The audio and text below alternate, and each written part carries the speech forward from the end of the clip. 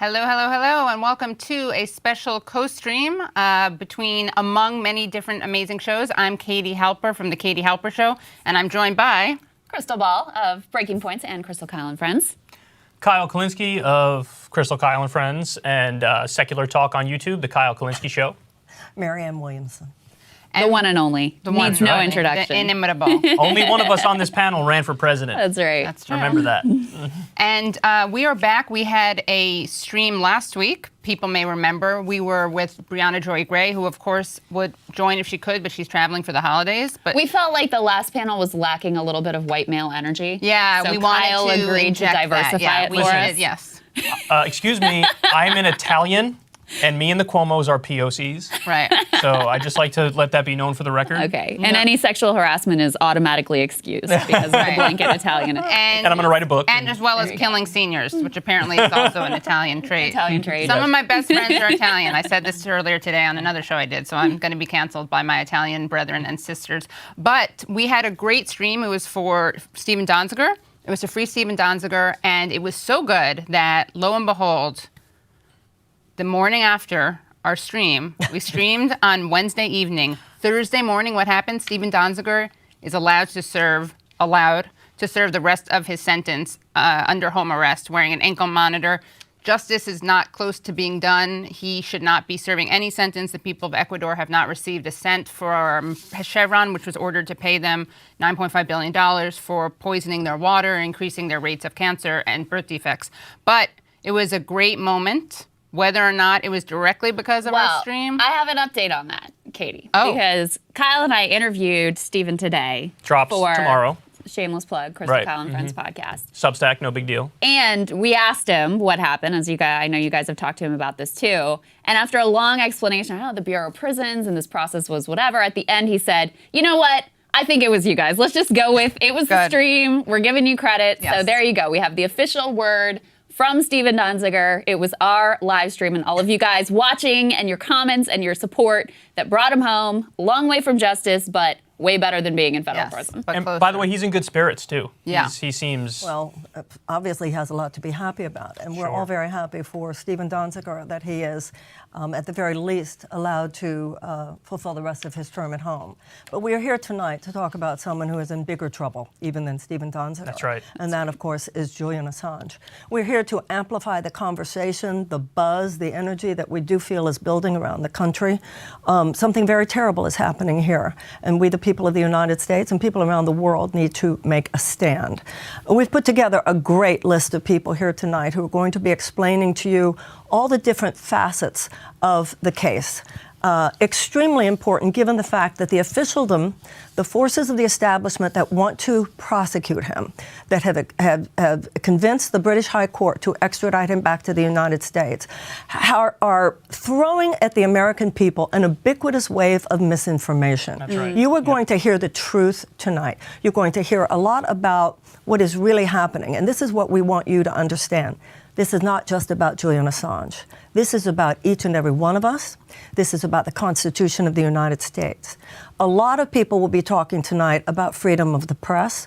A lot of people will be talking about freedom of speech. A lot of people will be talking about our right to know. But I want to make something very, very clear here because I think it's core to what's going on. Key to authoritarianism is secrecy. And no secrecy is more dangerous than military secrecy. Everybody's going to, they're going to go on and on about what a criminal he is, and great people, all of you will be talking tonight about how is he really and what did he do. But I want to talk for a moment about what he did do. What Julian Assange revealed were war crimes. What he revealed were atrocities. What he revealed were gratuitous deaths. I'll give you just an example. Almost 700 people were killed because, mainly, by the way, the mentally ill and women who unknowingly got too close to a checkpoint. There were men who were trying to drive their pregnant women to the hospital, got too close to a checkpoint. This was in 2010 that all these things were revealed. Let's be very clear here, everyone. Vietnam was a debacle. Iraq was a debacle. Afghanistan was a debacle. So when the military establishment tries to go at us with nothing to see here, guys, if anything is clear, there's a lot to see. There's a lot we should have been seeing. There's a lot we should have been paying very close attention to. And the fact that the U.S. government, rather than wanting to stand for the free press, the right of the people to know, and holding the military accountable, you have to have transparency. A military which is not held accountable, and the way that they are able to do what they do is through this completely illegitimate use of the classification system. A classified document, right? They're not supposed to be able to classify a document just by what really today it's That's what it's they code do. for we don't really want people to know. We don't want you to know this. We messed up. Exactly. So top secret, classified, something, just put it away. So millions of documents are made classified. Journalists who would say, what's in there? They say, we can't tell you because it's classified. They're only supposed to be able to classify something if they can prove it is essential to U.S. security. That's right. And they can't with this. And this is a whole veil that they're putting over this. So they, you're going to hear a lot tonight about how they're saying, oh, you're putting the troops in danger. We don't want them to put the troops in danger, but we don't want them to put the people of Afghanistan in danger, which they did, and the people of Iraq in danger, which they did. Or the troops. People of Vietnam in danger, which they did. Yeah. So you're going to hear all about that tonight, and all of these issues are extremely important. Marianne, let me jump in here because I actually went back in preparation for doing what we're doing tonight. I went back and I watched the initial, what's called from WikiLeaks, the Collateral murder video. Mm-hmm. And so just to brush everybody up on that, I mean, we would show it to you, but honestly, if we show it, we'll get flagged, we'll get pulled, you know, the whole 9 yards. So what I saw was crystal clear. U.S. soldiers attacked journalists on the ground in the Middle East and killed them. Then first responders showed up to help the people who were innocent. They weren't, combatants or anything like that. When those first responders showed up, they were in a van. They got out to help the person who was lying on the ground, and then a helicopter attacked them too. Mm-hmm. And remember, none of them had any weapons. But then it actually got worse. There was a part of the video that I forgot, and I'm curious if you guys remember this. It turns out there were children in that van. Mm-hmm. That's right. Now, not only were there children in that van, when it was requested that the kids in the van get medical attention at the U.S. military hospital that was nearby, the U.S. military denied the request. I don't remember that part. Julian Assange's crime was getting this information from Chelsea Manning. By the way, that's an important fact, because a lot of people lie and say he hacked in and stole the information. Nonsense. He was given that information by a whistleblower, somebody with a conscience, and then he ran it because that's what a journalist does. That's right. That's what a reporter does. In fact, that's your only job. Truth to power. Tell us the facts. Tell me what we're doing with my money in my name. I don't want my money going towards that. I want my money going towards healthcare and college, not assassinating people, covering up. And by the way, they laughed about it as they did it. Yeah. So this is his crime. He ripped the mask off the face of the U.S. government and showed a decrepit, rotten empire. And for that, he's paying the ultimate penalty. And, of course, I'm bearing the lead here, the CIA was openly talking about assassinating him, and he's been tortured for the past decade. Yeah. The fact that this man is not already out and paid restitution is a crime against humanity. And we're going to speak to his brother, who is here and going to be live in studio, about how Julian is doing and what is at stake in this case. And also what says it all here is, while Julian is rotting in prison and literally fighting for his life. That's right. He just suffered a stroke on the day of this most recent hearing.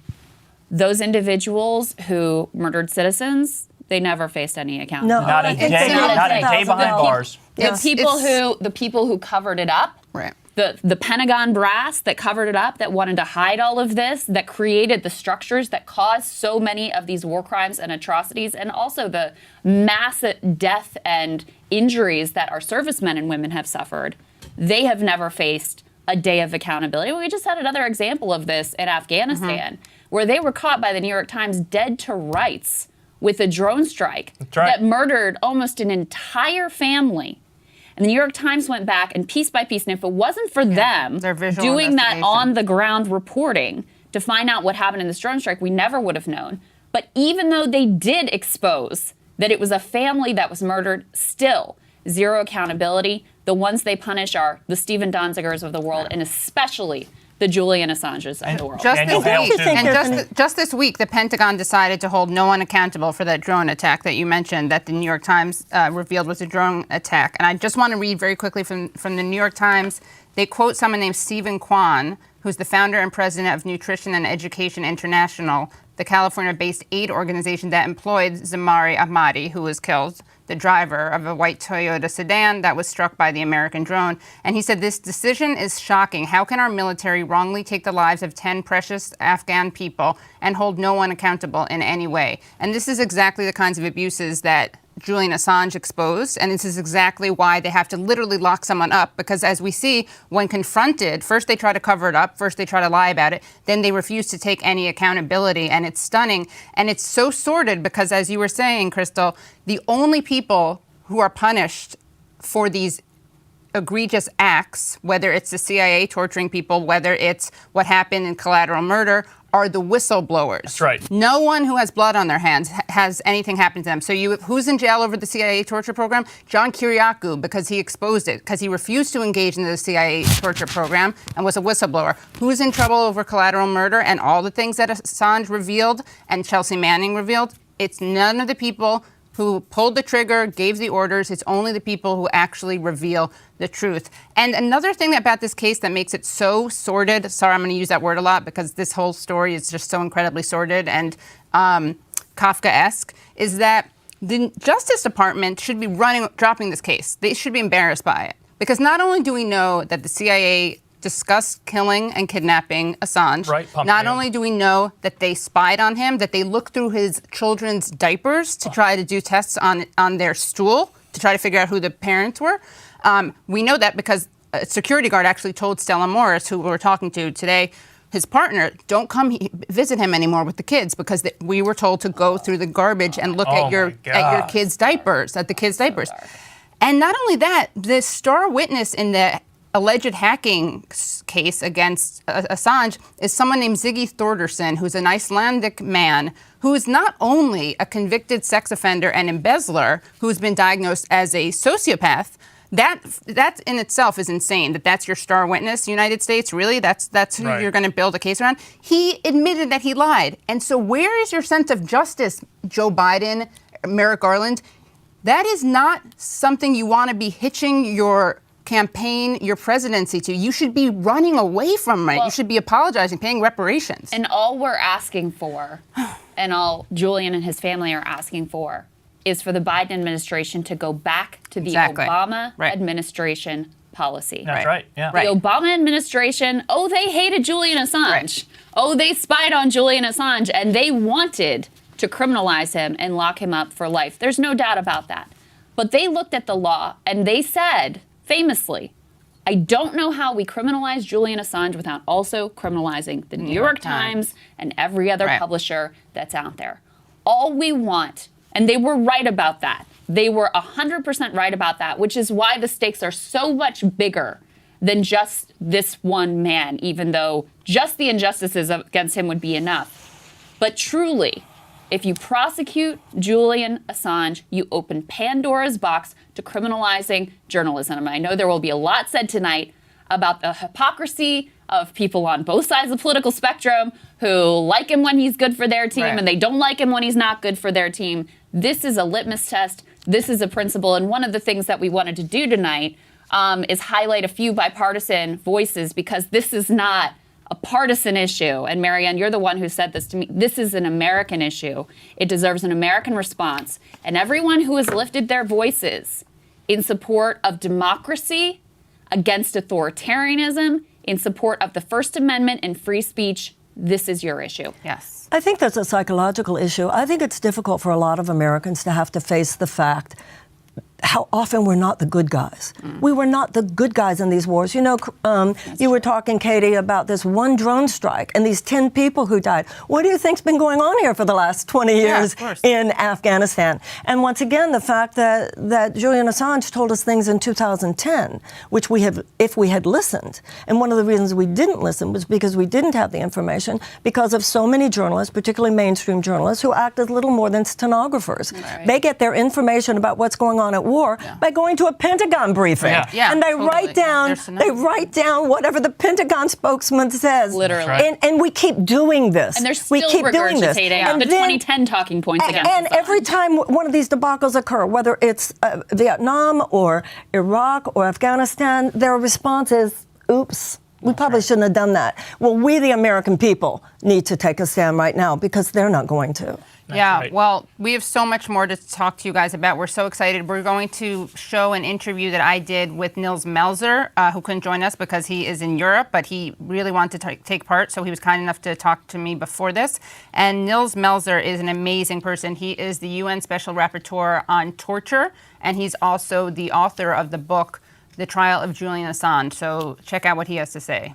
You write in your book about how you started out not very sympathetic to Julian Assange, and I thought it would be useful for you to walk people through your evolution on that, especially for people out there who may find themselves not being very sympathetic to Julian Assange. What changed your mind? Well, to be honest with you, when his lawyers first contacted me in December 2018 and said that his living conditions at the Ecuadorian embassy had turned inhumane or a violation of the Anti-Torture Convention, I frankly just kind of, pushed this aside. And I had this emotional reaction thinking, oh, this is this hacker, this rapist, this, traitor.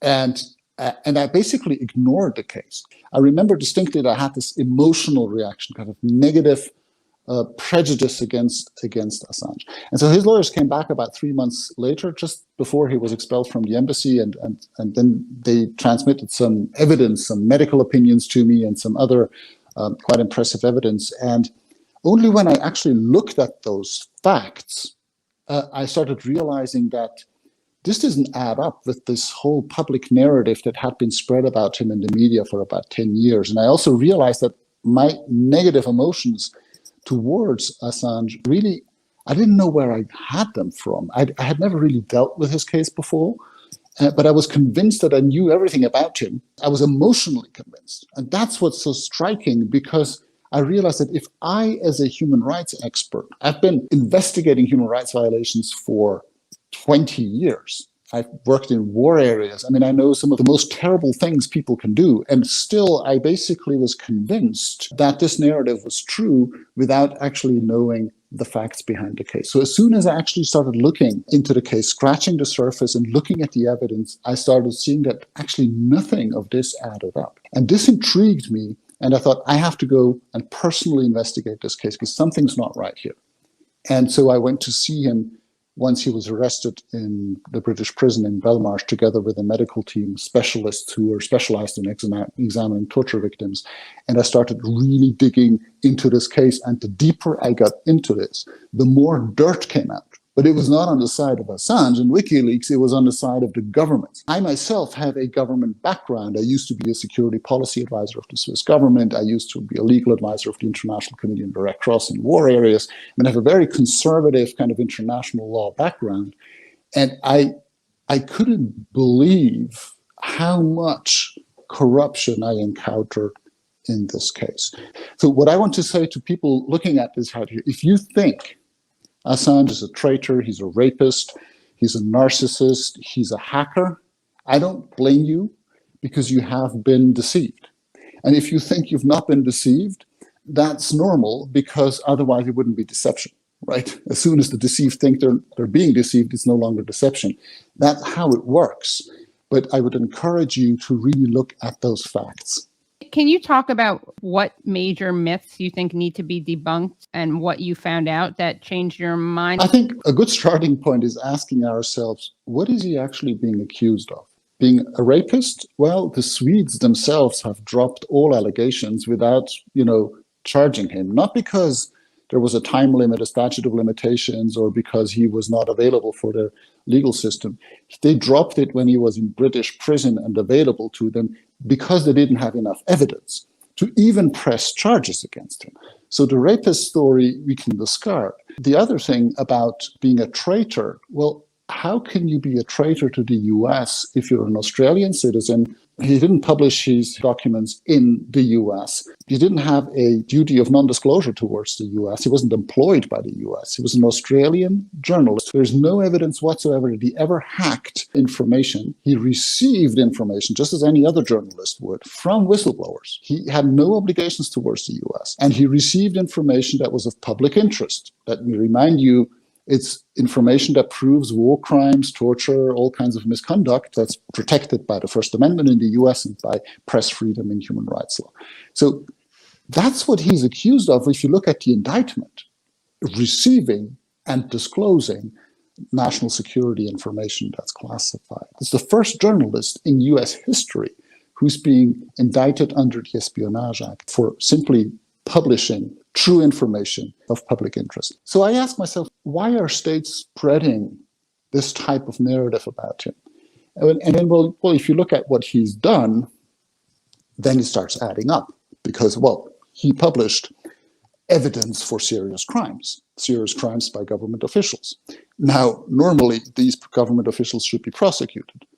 And we have clear evidence. I mean, it's not even disputed that this torture happened, that, civilians were murdered, that journalists were murdered in Collateral murder video and so on. Nobody has ever been prosecuted for that. And so that's really what this is about. That states are afraid of what WikiLeaks initiated. They created a mechanism by which whistleblowers can anonymously submit hundreds of thousands of pages of secret material through the internet. So that's different than, let's say, the Pentagon Papers in the 70s. Well, yes, that was a big leak, but that was pretty much the limit of what you could do at the time without the internet and so on. Today, with the internet, if WikiLeaks, the idea of WikiLeaks proliferates, and there's going to be 5,000 WikiLeaks, 10 years from now, that's the end of the business model of governments conducting governance through secrecy. That's the end of impunity for war crimes and, grave human rights violations and corruption. And I believe that's what this really is about.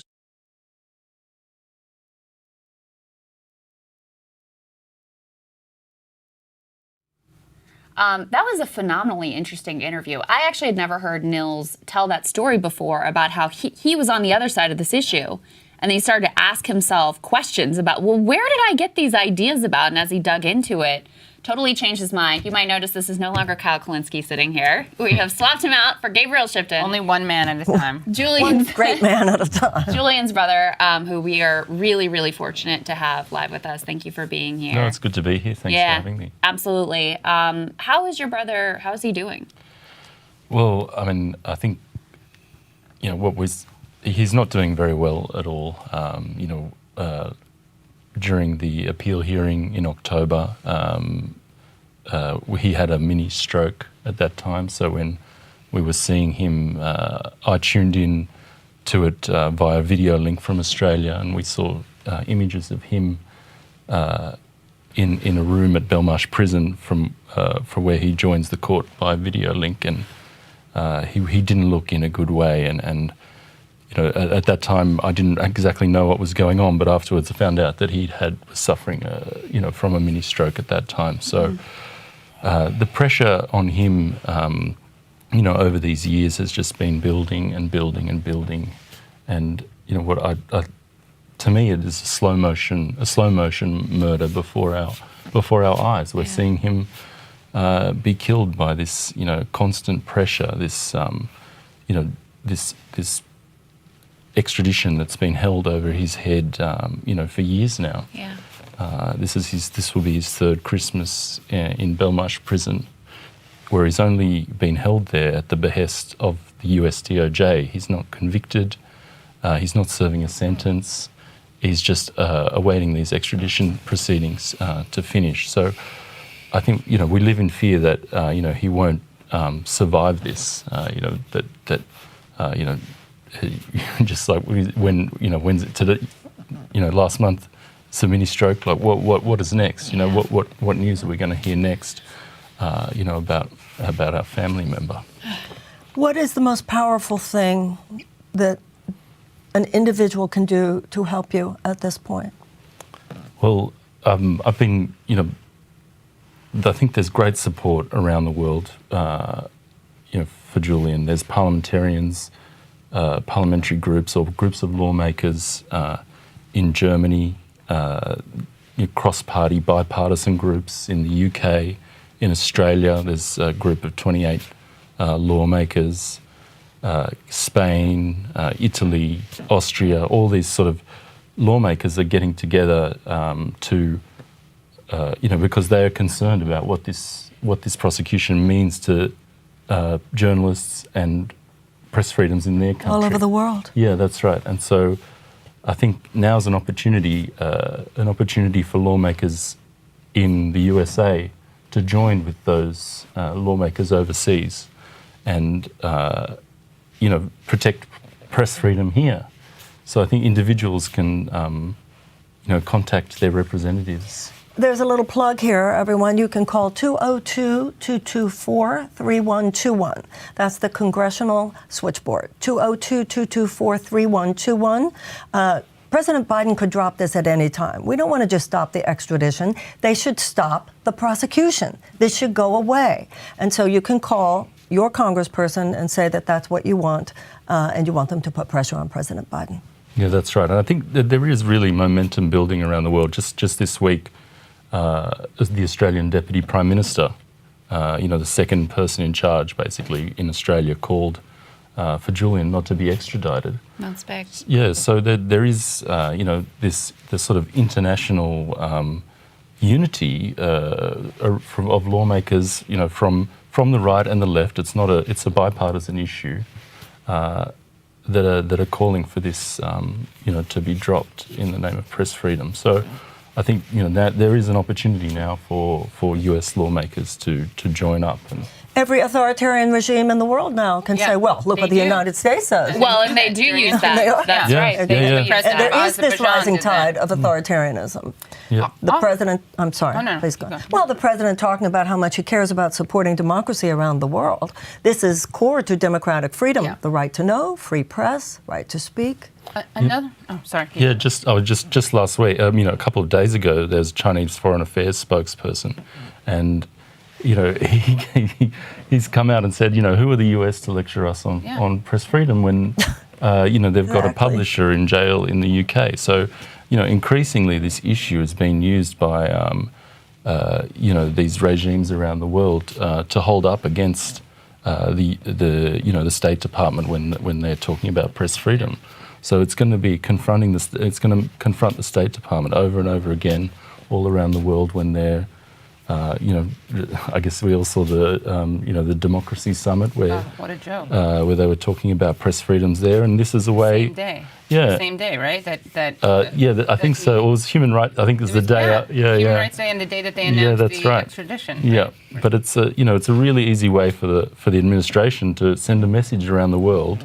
That they're serious about press freedoms, drop this case. What they're serious about is military secrecy. That's what they're serious about. As Nils was saying, it's their business model.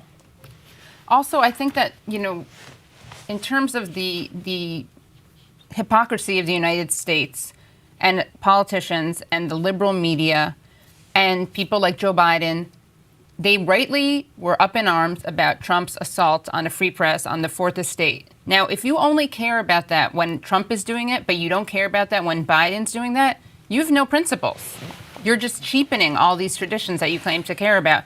And again, as you pointed out, and this is what you can tell your liberal friends, be like, Obama was a statesman. He was respected rule of law, human rights. We know that's not really true. He was respectful and he respected norms, and he decided not to indict Julian Assange. And then Cheeto Mussolini came into presidency, and he decided to indict him, and they tortured him, and Pompeo was in on it. And now, Joe Biden, he must have not realized that he's actually siding with Donald Trump over Obama. That's because the two parties are in lockstep when it comes to supporting the military-industrial complex. But we got to reach some of these people. There are people out there. Do the Obama thing. Tell Biden to do the Obama thing if you are partisan. Well, Gabriel, I mean, that's a good question for you. You were saying as we were watching Nils's interview, you said this man has been incredible at convincing people and making the case and changing their minds about your brother. I mean, what arguments have you found are the most persuasive for listen, our audience is, I hope, pretty much already on board. Yeah. But I'm sure they have people in their family, people in their circle that necessarily aren't, because they've been fed a bunch of propaganda for years and years. What have you found to be most persuasive to break people out of that mindset? Well, I think, we can look at all the support there is. So, there's 25 press freedom, the biggest 25 of the largest press freedom, human rights organizations, civil liberties organizations in the US that are calling on this prosecution to be dropped. So, if you're disagreeing, if you're saying that this prosecution should be pursued, you're disagreeing with all the ACLU, Human Rights Watch, Freedom of the Press Foundation, PEN, the Committee to Protect Journalists, Amnesty International, Daniel Ellsberg. That's right, and also all the executive editors. So the executive editors of the Wall Street Journal, of the Washington Post, of the New York Times, of the New Yorker, have all called out this prosecution as a threat to press freedom. So people who are pushing this prosecution, or people who think that it should go ahead or aren't against it, are disagreeing with all the major editors and executive editorial boards of the largest newspapers in the USA. So I think it's sort of, to me, I think that's the best way to convince people, is that, look who's behind this.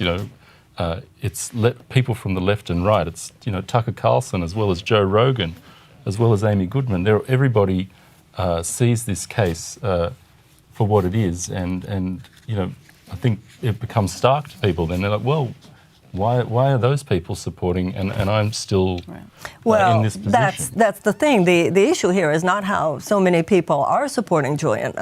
Another big story is some of the people who are not supporting Julian. The quietude on the part of so many journalists who are known for their, who self-congratulate that they speak truth to power and are so notably quiet now. You were talking about Maddow, Rachel Maddow earlier. Yeah. She came out on behalf of Assange when Trump was after him, and now she's oddly quiet. Now that it's Biden, we haven't heard so much about it. And that's the thing, is it's not a principle. If it's only Selective, works for you and it's only selective when it benefits your team, or when it's a way to cudgel someone who you don't like that's in power. And that's why I call this a real litmus test issue of whether people actually have principles, or whether they're just ultimately partisan cheerleaders here. Have you had any engagement with the Biden administration? Have they been asked any questions? What sort of, because I know you're optimistic. I mean, you can't not be, given how much you travel, given how much you advocate. I know you have optimism that, the Biden administration is ultimately going to do the right thing here and drop the prosecution. So what gives you hope that this will be resolved and Julian can come home? Well, I guess it's all that support worldwide. It's the work that you're doing here. This all sort of, gets back to Julian, keeps him going, and also keeps us going. It's these actions, just keep us going one step at a time, one step after the other. And I think, I think there is hope. There is, the hope that I feel the momentum, and I feel hopeful that that there will be a change. And I think it can't be ignored anymore. The extradition was ordered by the High Court. They ordered the extradition, so it's been approved. Julian will be here in the USA, and it will be an issue here. So I don't think people can ignore it anymore. It has to be stopped now. It's no longer somebody else's problem, a problem for Europe or a problem for Britain. It's going to be, it's the biggest press freedom case in a century, or since the Pentagon Papers. And correct me if I'm wrong, he's going to be prosecuted. His case will be just down the street here in Alexandria in the Eastern District of Virginia. The worst place it could possibly be. Yeah, I mean, that's right. Where all the war on terror nonsense, they tried it out of that particular court. Well, this is not right versus left. This is right versus wrong. And I think that we're facing the fact that, so many of us grew up thinking, first of all, that we were always the good guys, but if there's a problem, somebody will handle it. And that was our mistake. The complacency of the American people has led to many direct consequences such as this one. And this is why we have to think of ourselves right now, each of us as citizens taking responsibility, talking about it to people. You're going to hear so many great things tonight from so many great people. We're really giving you some great information. Just don't be quiet about it. And that is what builds the energy. Call your congressperson, write to the White House, refuse to shut up about it. And if somebody says, enough is enough, I've heard you, say it again. That's the only way to keep this up. Just start talking about it and refuse to shut up. Gabriel, what do you want people to know about your brother as someone who knows him personally, because he's been the victim of such a character assassination campaign? So what can you tell us about Julian that others don't know? Well, I mean, yeah, he's great with kids. He's a great father. Yeah, he's really good with the kids. He's got a bit of a dorky sense of humour. You know, he's my old. I mean, I sort of never thought I'd be in this position to help. You know, he was always, you know, at the top of his game, doing this great thing, changing the world, and I never saw myself in this position. He was my, you know, he's my older brother. He's your protector. Yeah. So, you know, that's how I know Julian. But yeah, no, he's, you know, principled, you know, amazingly intelligent. You know, he's, you know, someone I've looked up to for a very long time.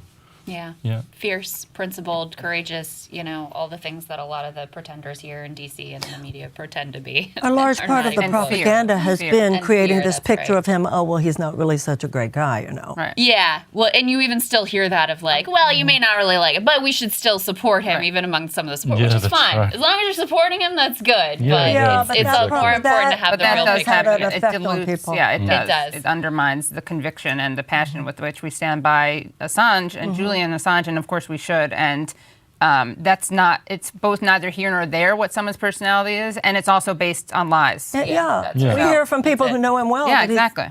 Hear the truth. But it shouldn't be about Julian. I mean, you know, it's the principle that affects us all, really. Like, you know, it shouldn't be about his personality. I guess, you know, it's to a certain extent it's been made about his personality, but it isn't really about him. It's about everyone's democratic rights, whether they're in the US or you know, in the UK or Australia. You know, this affects everybody. Right. Yeah, But particularly at a time of such rising authoritarianism.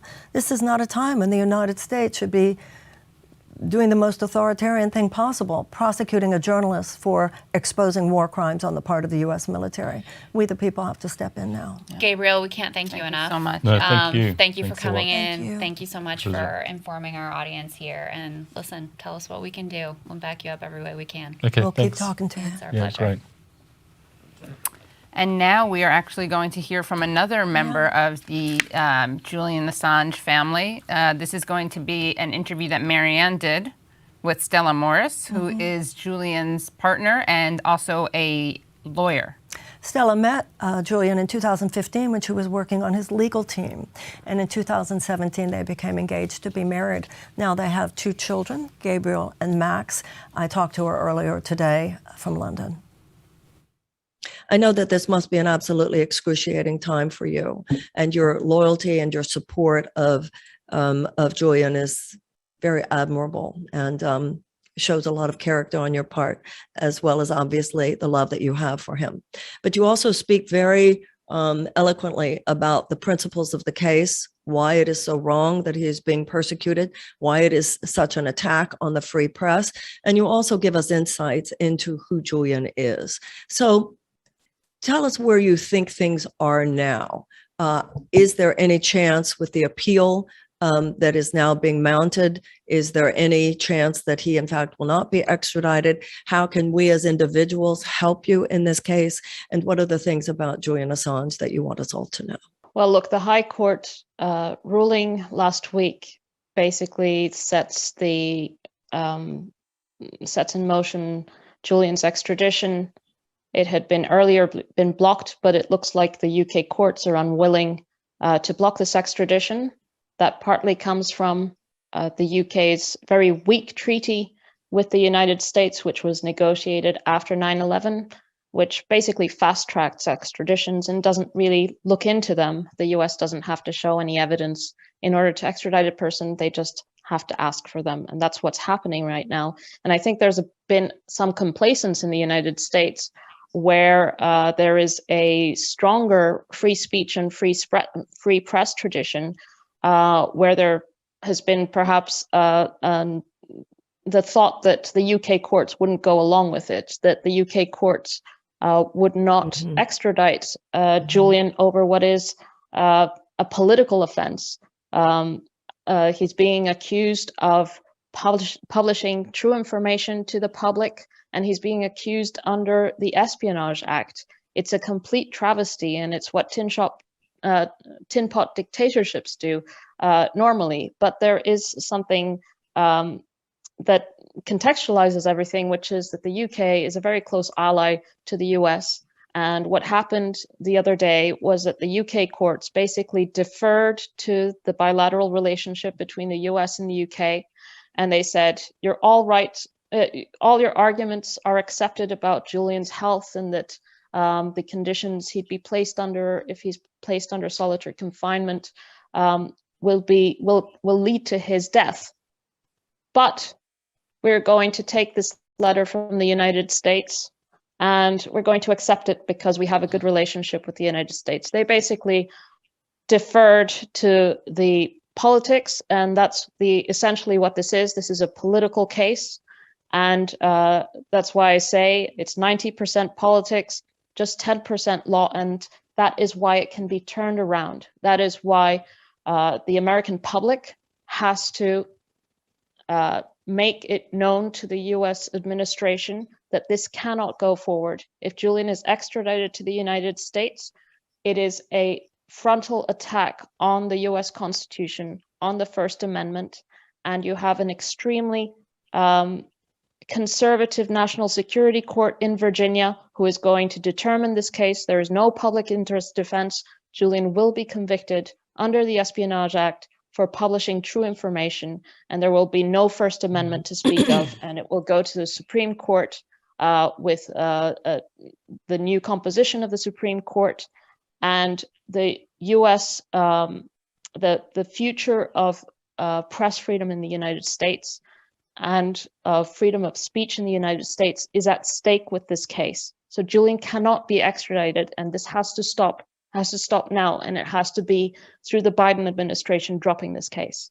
One of the main issues involved in the disinformation and the absolute lies that have been told about this case from the beginning by the establishment forces who so want to destroy him has to do with who Julian is as a man. And one of the things that's great about hearing you talk is that we get greater insight to what kind of a human being he is, particularly at a time where there's all this, well, you know, he's not such a great guy.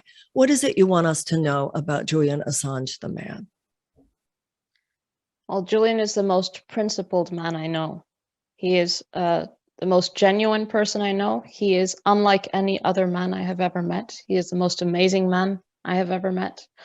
And he is precisely all those things that this smear narrative would have you think he is the opposite of. That is how you smear a person. You take their greatest virtues, the things they're most admired for, and you reverse them. And so there's been such an onslaught on his character, and that's not some coincidence, and it also doesn't come out of any natural development, because it's Julian has so many because of the work he's done. He's has many powerful enemies, from the banking sector to big pharma to the private security sector, and principal among them the CIA.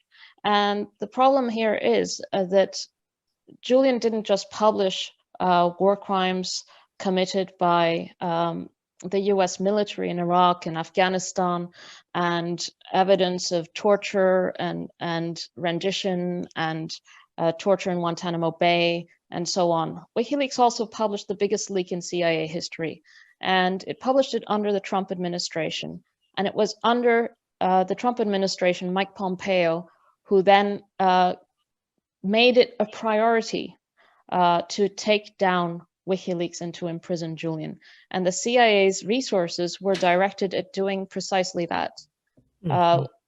it was revealed in September that Mike Pompeo asked the CIA to develop plans, options, and sketches about how to assassinate Julian. Think of it. I mean, we talk about Jamal Khashoggi, who was dismembered in the Saudi embassy, but the CIA was planning to do the same thing with Julian in London. They were planning to kidnap him, they were planning to rendition him, and they were planning to arrest him. He had political asylum in the Ecuadorian embassy, and that is an internationally recognized legal status that was stripped away from him, and through the IMF loan, I should say, essentially a bribe with which the Ecuadorian government basically sold Julian for $10 billion. And then he was arrested, and he's been in Belmarsh prison ever since. So this is not his imprisonment is not pursuing a legitimate goal. It is a political persecution, and it comes out of Mike Pompeo's vengeful attack on WikiLeaks for it having published information about the illegal activities of the CIA. Wow. That was very powerful. A lot of important information there for everybody. And I want to go ahead and jump right to our next guest who can speak to some of this. So we have with us now Congressman Ro Khanna. Hey, Congressman, thank you for being with us here tonight. So the Obama administration famously refused to prosecute Julian Assange because basically what their argument is if we go after him, we also have to go after the New York Times, we also have to go after the Washington Post, we also have to go after basically every established outlet because they all ran the story too, which came from Chelsea Manning, which showed war crimes in the Middle East.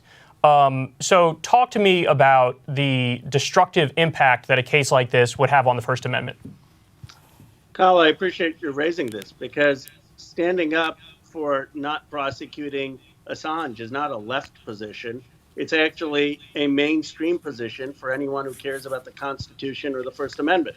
It's why Obama refused to prosecute him. It's why the New York Times, the Washington Post, Human Rights Watch, and many, many mainstream organizations have said the prosecution is wrong. If you prosecute Assange for publishing information that attacks the state or that the state disagrees with, you can basically justify prosecution for anyone who publishes anything that the state has a problem with. I mean, under such an overbroad theory, you would have a problem with the Pentagon Papers. You would have a problem if someone leaked information that was sensitive and a journalist published it. So this is an attack on press.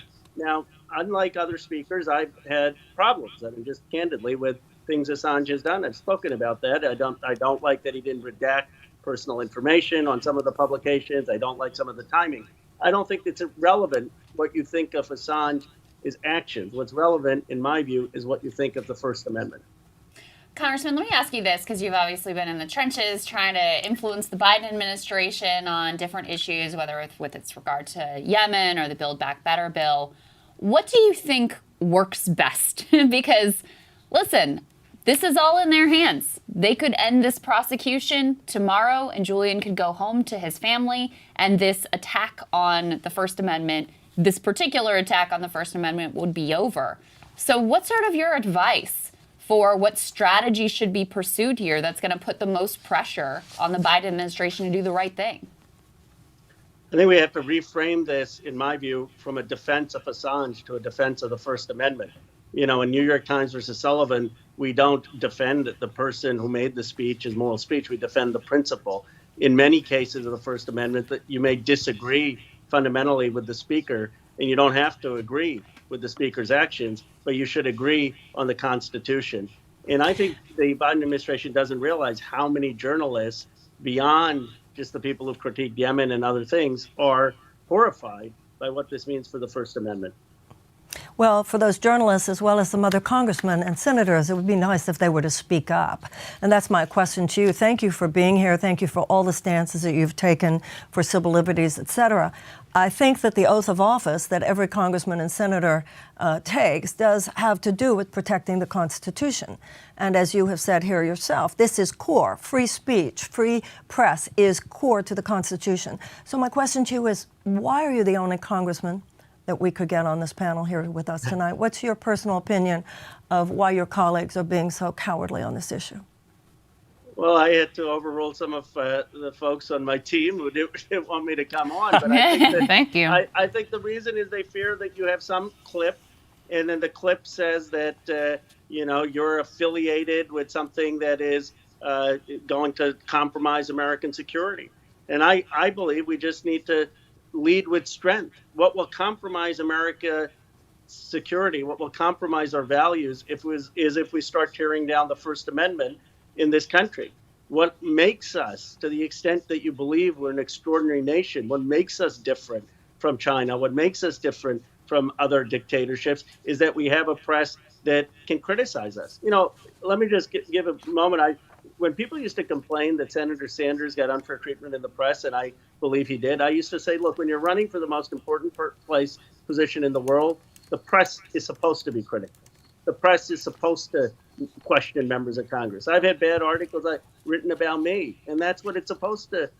Press is supposed to do that. So to try to prosecute someone for publishing something that you find threatening is just wrong. Criticize him. Call him morally bankrupt, call him whatever you want, make your case. But don't put someone in bars, behind bars, for publishing something that is critical of the state.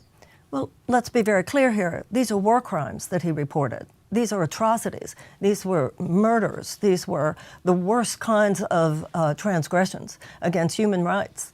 And so, yes, the press should criticize, but they should also tell the truth. And what's important here is that Assange told the truth. My criticisms, I grant to you that he published things that question wars that I have opposed. My criticisms of some of his actions have been, did he redact the personal information from civilians? Did he time things in ways that could have influenced the election? My point is, look, probably most of the people listening may disagree with me on that, but the broader point should be, whatever you think about Assange, everyone should agree that the prosecution of him is wrong. It's unjust just for publishing something. It's wrong under the First Amendment.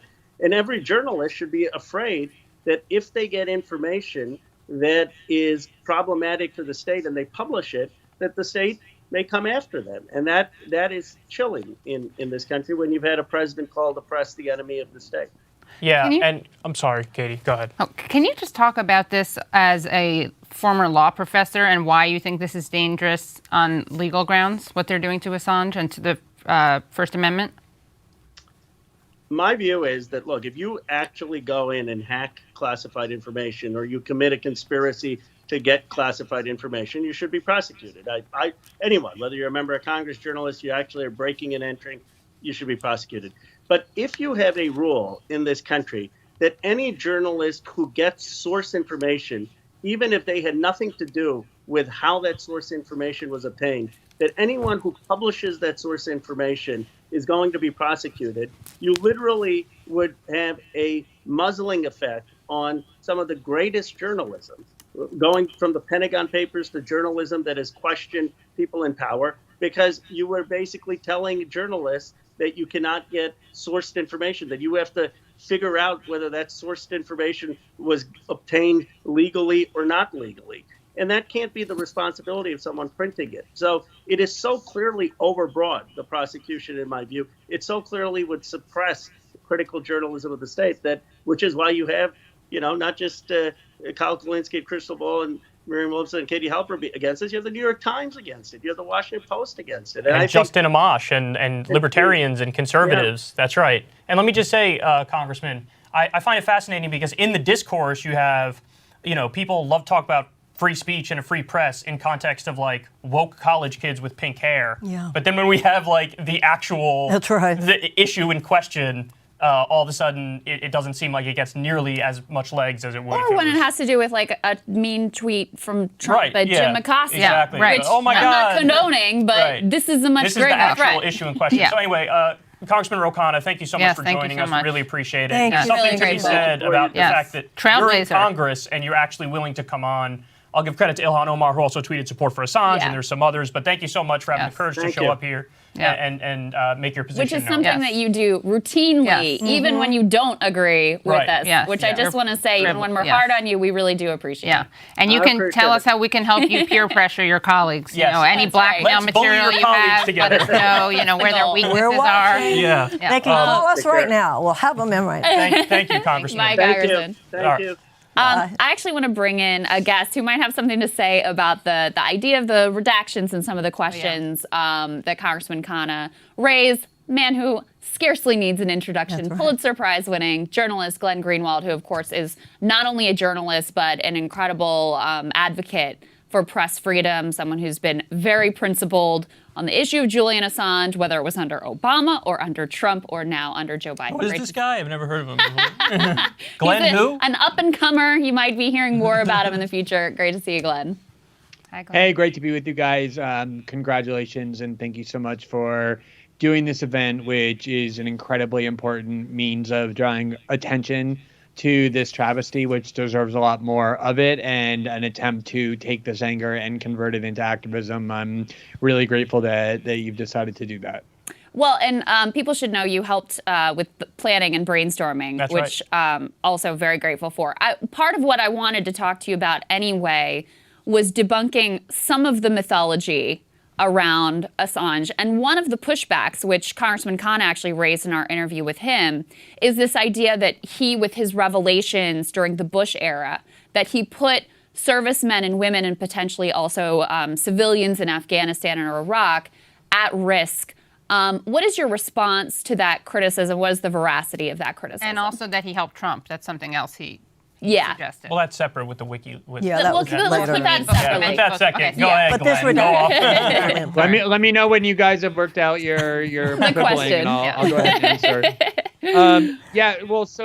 I listened to Congressman Khanna, and I think that a lot of times people misremember the history of events. When WikiLeaks began leaking or reporting on the Iraq and Afghanistan war logs, people have forgotten that what they did was they went to the leading news outlets in the world, including the New York Times, The Guardian, Der Spiegel in Germany, El País in Spain, Le Monde in France, and other media outlets around the world. And they worked in cooperation and partnership with those media outlets. WikiLeaks didn't publish those documents on their own, but in conjunction and collaboration with the editors of those newspapers, precisely because they had decided from the start that they wanted to redact any information that could put in jeopardy anyone's lives or could in any other way subject people to danger. So I think there was a Morning Joe segment last week that represented what a lot of people believe that's completely false, which is the idea that Julian Assange took these documents, just indiscriminately dumped them all on the internet. That's a fantasy that just didn't happen. They not only worked in conjunction with all of these newspapers, which is why the Obama administration, I heard you guys in the beginning when I got on referring to this, why the Obama administration concluded there was no way to prosecute Assange without also prosecuting these other newspapers because they all did the same thing. Not only was that true, but WikiLeaks actually wrote a letter to the State Department saying, we would like to meet with you and show you the documents we intend to publish so that if there are any things we're missing, any names that shouldn't be published that might expose somebody's identity, we will redact them. The State Department refused to do that, but that showed WikiLeaks' mindset that they were attempting to be extremely careful in how they were publishing. And studies from the government as well as media outlets all affirmatively and definitively debunked the claim that they put someone in danger. Everyone now admits there is nobody whose life was in danger, let alone lost as a result of any of these publications. Can we ask Yeah, about the Trump one too? So what I wanted to ask you, Glenn, is I remember talking to you in about 2014, and I asked a question about Edward Snowden, and I said something, young, naive child I was. I said something along the lines of, listen, he's a whistleblower. we all know what he did. We all know he's right. We all know he has a conscience. We know he's exposing the fact that the government is violating the Constitution. You have no more Fourth Amendment protection from unreasonable search and seizure. The NSA is spying on everybody, collecting all of our metadata. Why doesn't he just come home and stand trial and win? Because that would happen. And your response to me was, well, under the Espionage Act, he can't even make the case. He can't even have the defense of this is for the public good, because that's not allowed. And I remember being floored by that. Can you explain how, number one, is that the same case with Julian Assange? And number two, what are the ramifications of that if it's true? So the law that Julian Assange is charged with is the same one as Edward Snowden is charged with, that he faces. It's the same law that they used to prosecute Daniel Ellsberg, which is the Espionage Act of 1917. So it's a law that was enacted during the Woodrow Wilson administration, the intention of which was to criminalize dissent against people who believed that the U.S. should not have been involved in World War I. Anti-war activists and socialists and other anti-war activists were, in fact, imprisoned under that law. It's an incredibly repressive law. And one of the things it does is it basically creates strict liability for anyone who publishes classified information without authorization. It doesn't matter why you did it. It doesn't matter what your intentions were. It matters only that you did it. And so Daniel Ellsberg, when he leaked the Pentagon Papers, obviously when he was identified as the source, he wanted to step forward and say, just like Edward Snowden did, yes, I did this. And he wanted to go into court and look at the jury of his peers in the eyes and say, I did do this. It is a violation of the law, but I did it because it was justified, because the lies that the government was disseminating to the American public were things they had a right to know.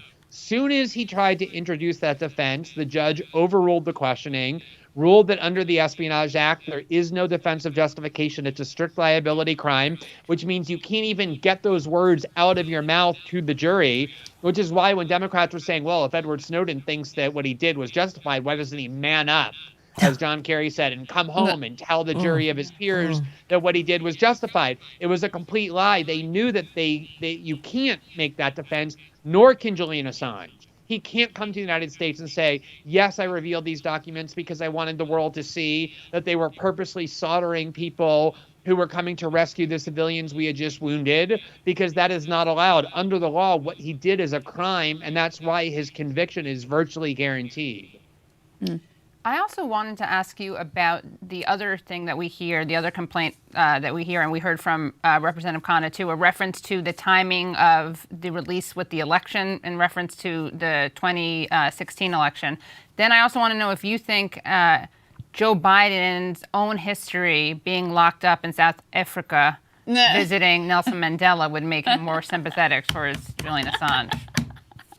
So, I always find this so bizarre. Let's assume that Hillary Clinton is right, and that the reason she lost the election wasn't because she had embraced an ideology for 25 years that had destroyed the economic security of millions and millions of people in the United States, called neoliberalism, and that she had endorsed trade deals that had caused the destruction of people's jobs all throughout the United States, or that she was the most unlikable candidate in modern political history.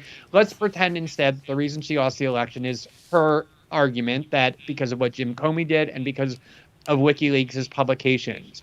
Since when is it a crime to report accurate documents simply because they end up reflecting poorly on one of the presidential candidates? You don't think newsrooms all the time, when they have a big story, time the release of their story to make sure it gets maximum attention when people are paying attention, when they can link it to a news cycle? That's what journalists do all the time. But even if you think he's a bad journalist, who cares? That has nothing to do. No one's arguing that he should be denied a Pulitzer. The question is, should he be imprisoned? So responding that he doesn't make good journalistic choices is a complete non sequitur. And I think, one of the things, Katie, that has gotten lost sometimes is, I know Ro Khanna said he feels like we should remove the question of, are you concerned with Julian Assange, and move it into the more abstract question of, do you believe in press freedom? And of course, we should argue about that. But I also don't think we should lose sight of the human component of what is being done. Julian Assange is a human being who knowingly has risked his life in order to do the things that we all say we believe should be done, standing up to centers of power, bringing transparency to the security state. I interviewed him in 2010 before the big releases happen. And I asked him why he was willing to do the things that got him on an enemies list from the U.S. Army. And he said, because if I don't, who's going to do this? These people are engaging in horrible crimes, and the reason they get away with it is because they can hide behind secrecy. And he has now suffered an entire decade. He has a wife, he has 2 children, he has siblings, he has parents, all of whom love him, and he is now in prison, not just for a decade, but indefinitely into the future. For what? For what?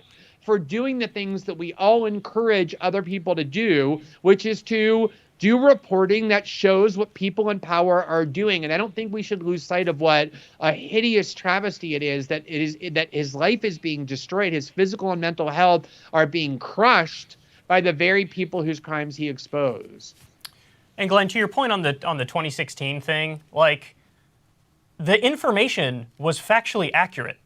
So, like, nothing else matters. Like, we got actual information on what the DNC was doing behind the scenes. It's totally accurate. So, like, I don't know why any other part of the conversation is relevant. But thank you so much for joining us. We really appreciate it. You've been really outspoken on this issue, and you've been leading the charge, especially when it comes to, you know, free speech issues, freedom of the press. So thanks again. We appreciate it. Yeah, and everybody thank you guys should go. for doing this. Everybody should Go ahead, go Chris. watch your hour-long takedown of Claire McCaskill and Joe Scarborough's commentary. The hour and flies by. The hour it flies by. does. It does. And she's Fish in a barrel. She's of course an Parade of MSNBC. lies. She's of course an MSNBC regular because she lost her election. Totally, right. And then she tells makes- Democrats how to win, even though Right, she so lost. that makes her, Yeah. yes. And Joe Scarborough, of course, is a former Republican congressman. So if you are a Republican, or especially if you were in the Bush administration or a Democratic loser, MSNBC loves you. He's probably That's right. been consistently bad on this issue, though, in fairness to him, unlike some who, you know. Oh, when you're it's- right. When Yes, it's against yes, Trump, they're yeah. there. And Right. Anyway, Glenn, Glenn, thank you. thanks so much, man. We Appreciate it. appreciate Thank you, guys. Great to see you. Bye-bye. Great to see you, too. All right. Another person we want to bring in here is someone I have a tiny bit of experience with, who you guys may also see on this very set from time to time, the one and only Saagar Enjeti, co-host of Breaking Points and also co-host of the Realignment podcast, which is both, I think, are fantastic programs that you guys should check out. Great to see you, Saagar.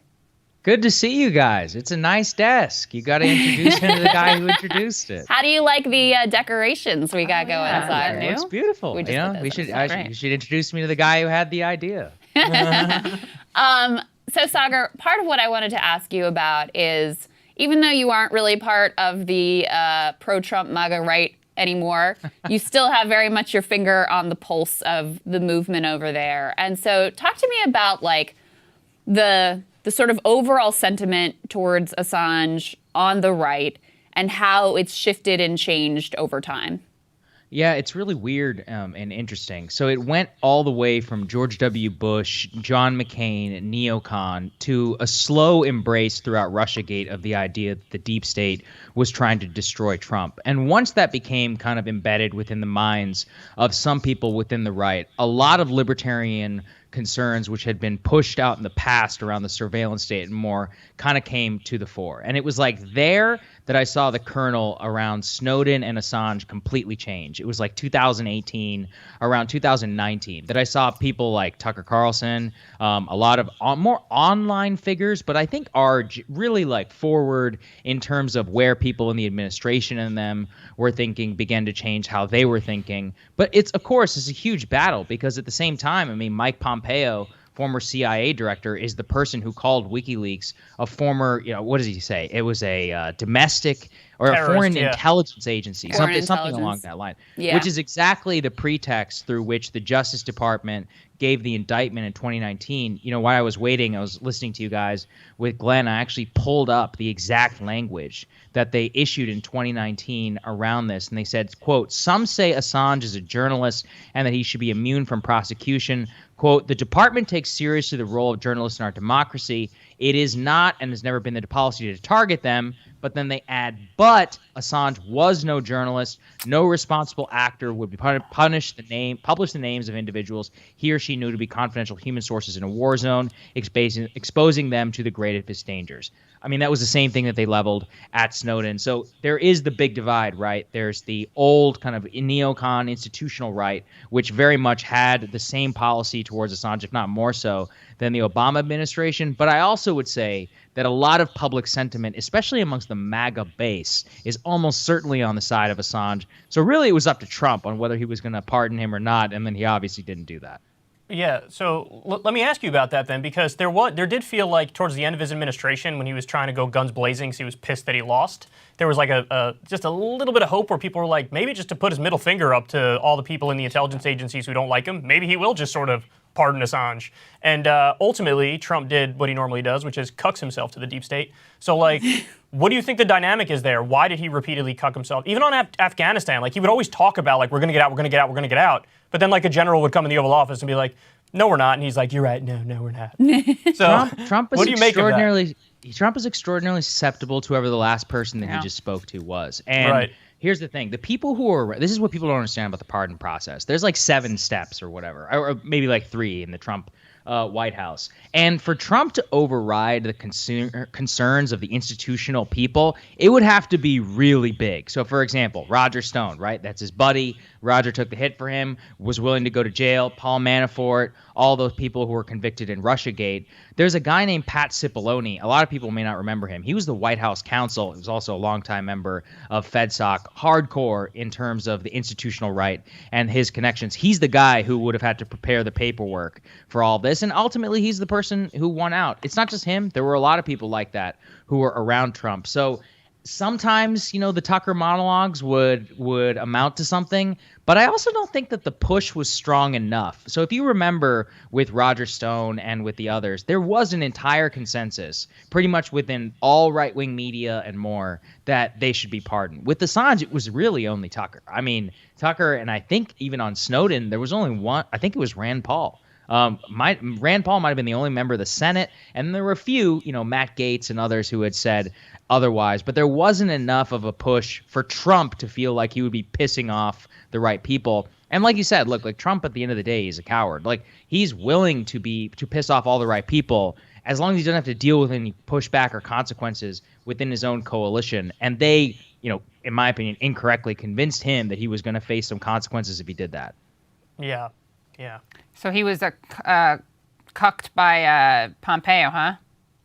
It's not even Pompeo. It's you know, it's one of those things where he could mention it 6 times, but if he didn't remember to mention it 20 times and actually get the guy to come bringing his paperwork, it's not going to happen. I mean, that's ultimately how the Trump administration worked. I've tried to explain this so many times, which is that he'd be like, we should go and do this. And they're like, yeah, totally, sir. Absolutely. And he would say it again and again and again. It was only until he would freak out and order somebody in order to actually do something that it would happen. I mean, obviously, it's a massive indictment of him as a leader and also why he didn't actually manage to get very much stuff done. But people say, like, how could he say that, you know, he had sympathy for the guy and not do anything? I mean, that's the honest answer. He just didn't care that much. He's Assange curious. Sounds like, right? He liked WikiLeaks when WikiLeaks was leaking on Hillary. We love WikiLeaks. But he also said that he should be assassinated. Right, exactly. Which that's is exactly that's right. so Trump. That's classic Trump. That was his. Say everything at once. That was his administration that did the assassination and kidnapping plot. Right, but he also did say something. Bolton ran his foreign policy. This is the world's worst neocon on the planet. By the way, I'm team. If we're fighting between Bolton and Trump, I've never said this before in any other context, but I'm team Trump in that fight. Yeah, but it was Mike Pompeo who was the most dangerous. That's right. Yeah, it was Mike Pompeo who said that all sources themselves should be prosecuted. So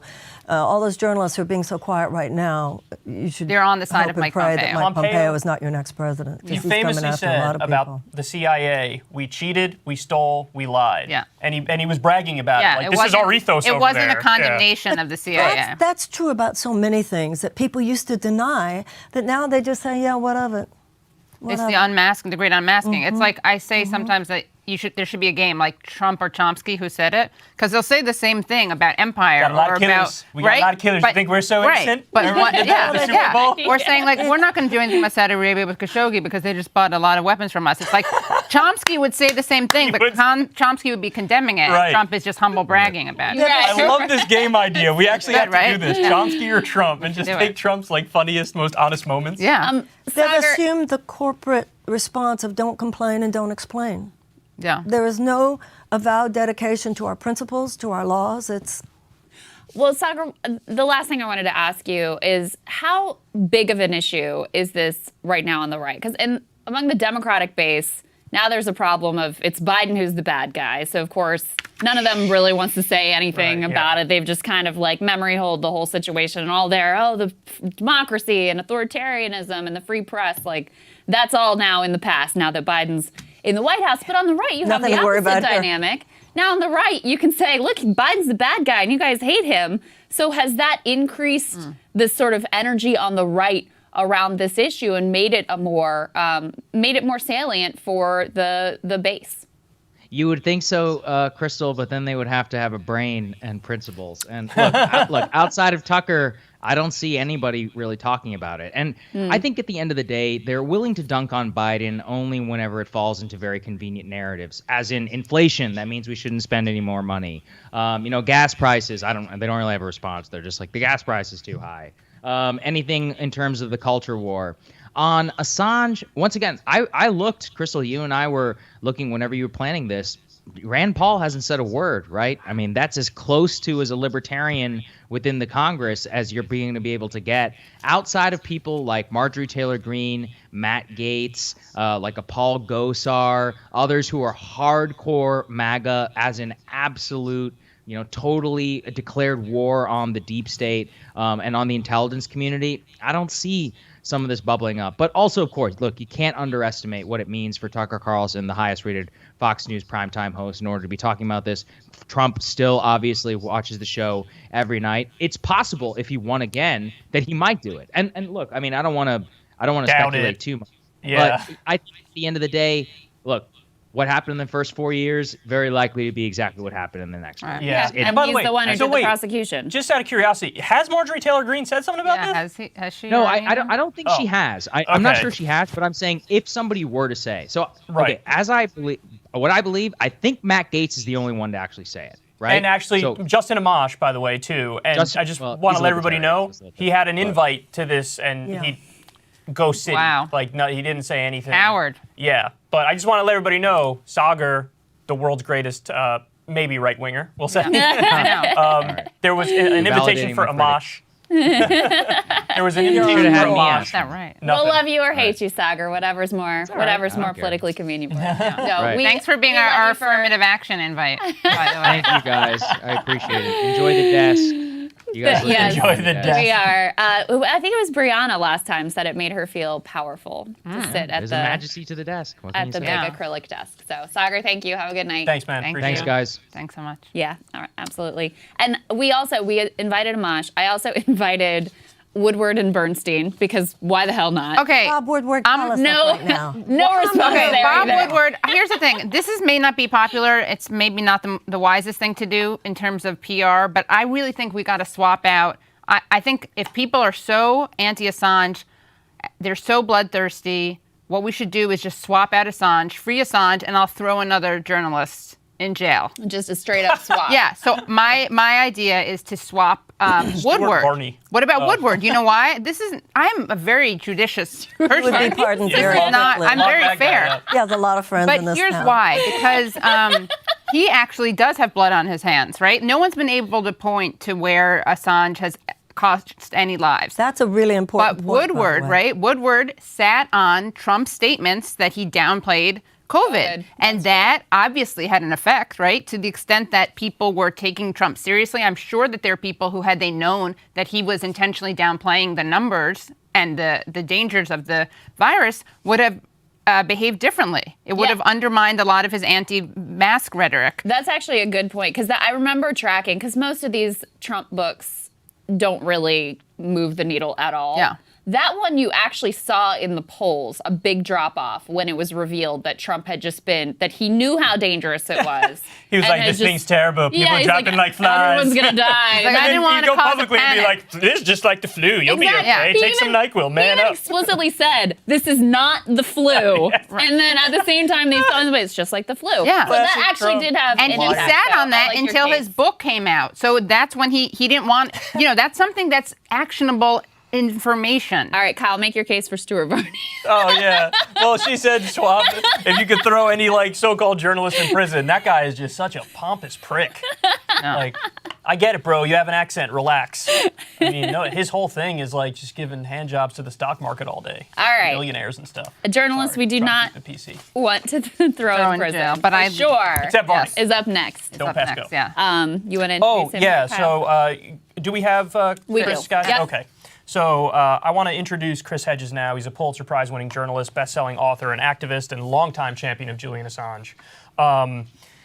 Sir, thank you for joining us, first of all. You have a brilliant piece at Sheer Post called The Execution of Julian Assange. And this quote here really says a lot. You said, "He committed empire's greatest sin. He exposed it as a criminal enterprise. He documented its lies, callous disregard for human life, rampant corruption, and innumerable war crimes. An empire always kills those who inflict deep and serious wounds." So my question for you is the whole idea, listen, we just need to make an example out of Julian Assange so that there's not another Julian Assange who exposes war crimes and people know to fall in line? Yeah, that's what they're doing. But what the process by which it's, at this point, after almost 10 years of being incarcerated, either in the Ecuadorian embassy, that was almost 7 years, now almost 3 years at Delmarsh, that entire process has seen a physical and emotional disintegration. It's a slow motion execution. Everyone who is close to Julian, his family, his father, who I just spoke to the other day, Nils Melzer, the special rapporteur, UN rapporteur on torture, who wrote a very good book, by the way, it just came out, called The Trial of Julian Assange. And he's also a lawyer. He's an international lawyer. He just from 2010 goes through the way the legal system has been deformed in the United States, in the UK, in Sweden, to carry out this judicial lynching against Julian. But of course, in this process, and we've seen that, by the way, in people, whether it's in Guantanamo or even in the MCC in New York. I covered the case of Fahad Hashmi. I mean, there was another guy who should have never been in jail. He was a graduate student at the London School of Economics in University of London or somewhere. Anyway, a graduate student in London. His roommate was shipping ponchos and waterproof socks to Pakistan to give to the Taliban. But they wanted him because he was a very articulate activist on the part of the Palestinians. And in his trial, they actually played they'd been monitoring, they played the speeches that he gave as a student at Brooklyn College. Well, they held him under SAM's special administrative measures for 23 months. So by the time he got in the courtroom, he was catatonic. He couldn't even follow what was going on. And of course, he went to ADX Florence. And that's what's happened to Julian. I mean, by video link, I was in London before COVID in the courtroom, but then followed the court proceedings by video link after COVID. And those court proceedings in October were quite distressing. The testimony on the part of people who carried out psychiatric exams talked about Julian hallucinating, banging his head against the wall, hitting himself with a fist, pacing frantically around his cell until he collapsed. Of course, they found a razor blade under his socks. He has made it very clear that if he is to be extradited to the United States, he will kill himself. That's not conjecture. He has told that to many people. And that was so unequivocal that Baraitsa in the initial ruling really couldn't ignore it. Now, of course, we have this diplomatic note and these assurances from the United States, which are not worth the paper they're written on, of course, have no legal validity, and have escape clauses in them, like if Julian commits any infraction. I teach in a prison. They can invent any trivial offense as an infraction. He will be subject to SAMs, and he will be. Actually, the 4 assurances they give, the last one is that he won't be held pre-trial or post-trial at ADX. Well, nobody's held pre-trial at ADX Florence, number 1. And number 2, we have all sorts of other prisons that replicate the same extreme isolation. Daniel Hell is experiencing this in a control management unit in Marion, Illinois. So they don't need SAMs. Technically, they can impose SAMs through other measures. So, the goal is to destroy him. Melzer actually has quite a powerful quote at the end of his book. He said, and as you point out, Melzer said it's an example to every other journalist. Right. Don't try this or you'll end up like this. But the legal case against Julian is so thin that I think in many ways they will just find it convenient to break him. And he is breaking both physically and psychologically. He had a stroke, as we know now, on the 27th of October, on the second, I think it was the second day of that proceeding. That's why he didn't appear. I was watching it. So we saw him on the first day, and suddenly on the second day we didn't see him. Well, we didn't see him because he had a stroke, and Stella Moris, his fiance, is talking about paralysis and memory loss and everything else. So yeah, that's not uncommon. In the column I draw the example of Toussaint Louverture, who led the Haitian liberation movement, the only successful slave revolt in human history. Once the French, through a subterfuge, managed to capture him, they shipped him off to France, and he died of malnutrition and tuberculosis and in an unheated cell. Well, that's exactly what they're doing to Julian. It's extreme isolation. We know what extreme isolation does. And just to throw it in, once there was a change of government in Ecuador, Lenin Moreno came to power, who danced to the tune Washington played and got a big IMF loan because of it. They made his life a living hell because they were trying to drive him out of the embassy. So aside from the judicial, the kind of Dickensian farce that this trial has become, it is accompanied by tremendous cruelty towards Julian himself. Can you talk about the silence from your former colleagues at the New York Times? We know that a Washington Post journalist was spied on in the embassy, and yet Stefania Morizzi, who's a very brave Italian journalist, was got a FOIA, put in a FOIA request, and the very journalist who was spied on from the Washington Post didn't do anything about it, hasn't even spoken about it. Why the silence and the cowardice from everyone? Well, basically? because there was always a deep animus towards WikiLeaks and towards Julian by the establishment media.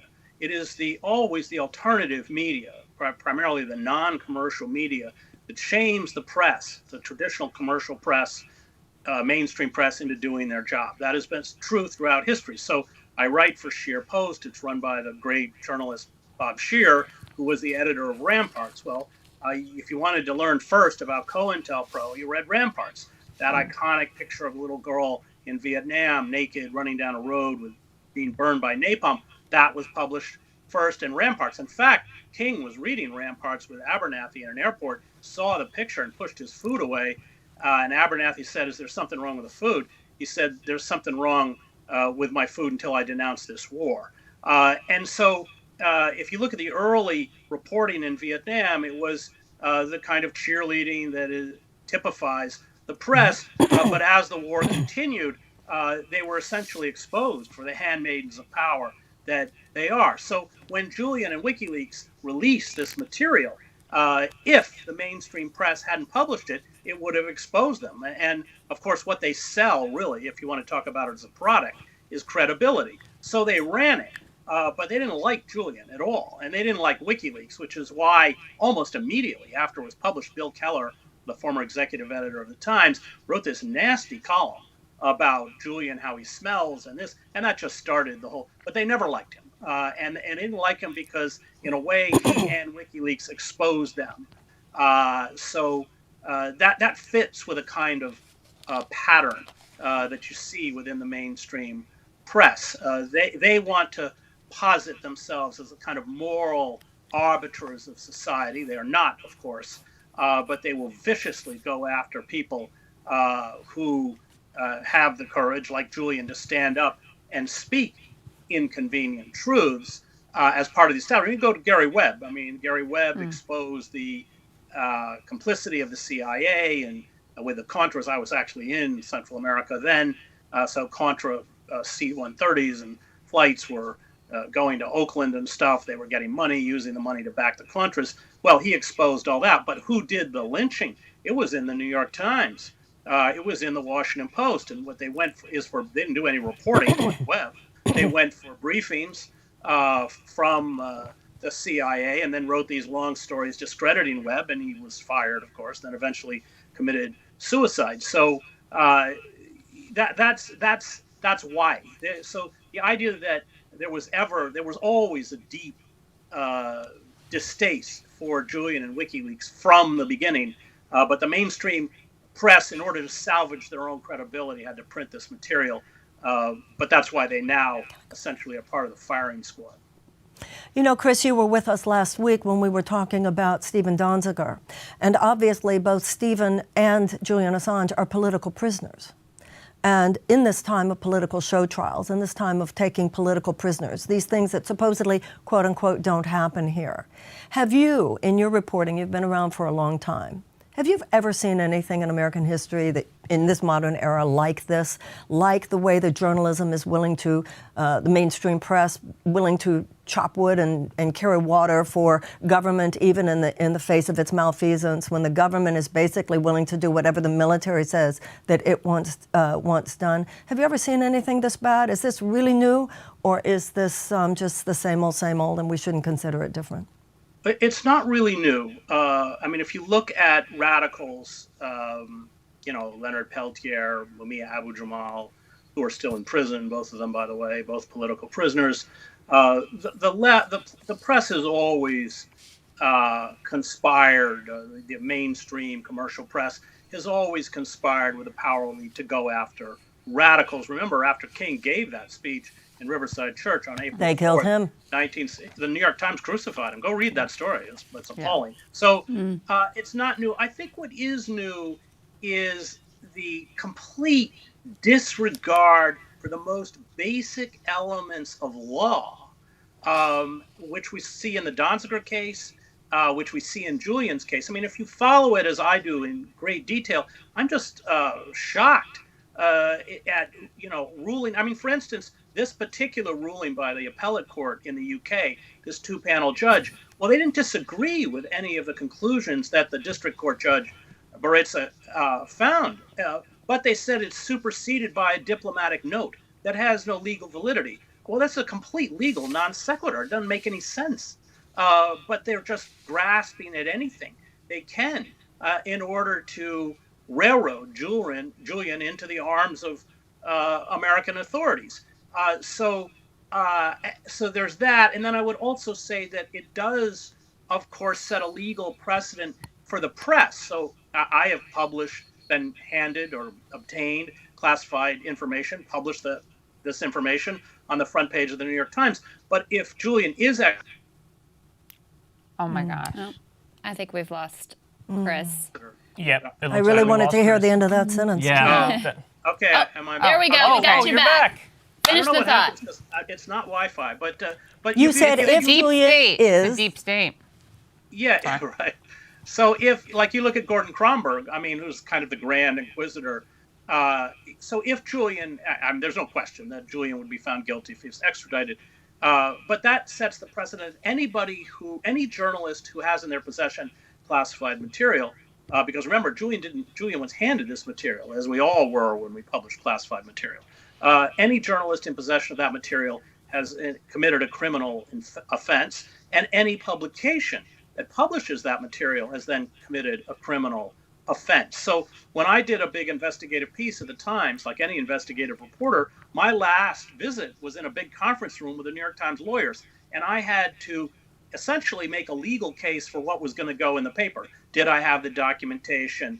Were there multiple sources? And that's, sadly, as all investigative reporters would tell you, there's a lot of information that we know is true that doesn't get out into the public because of that.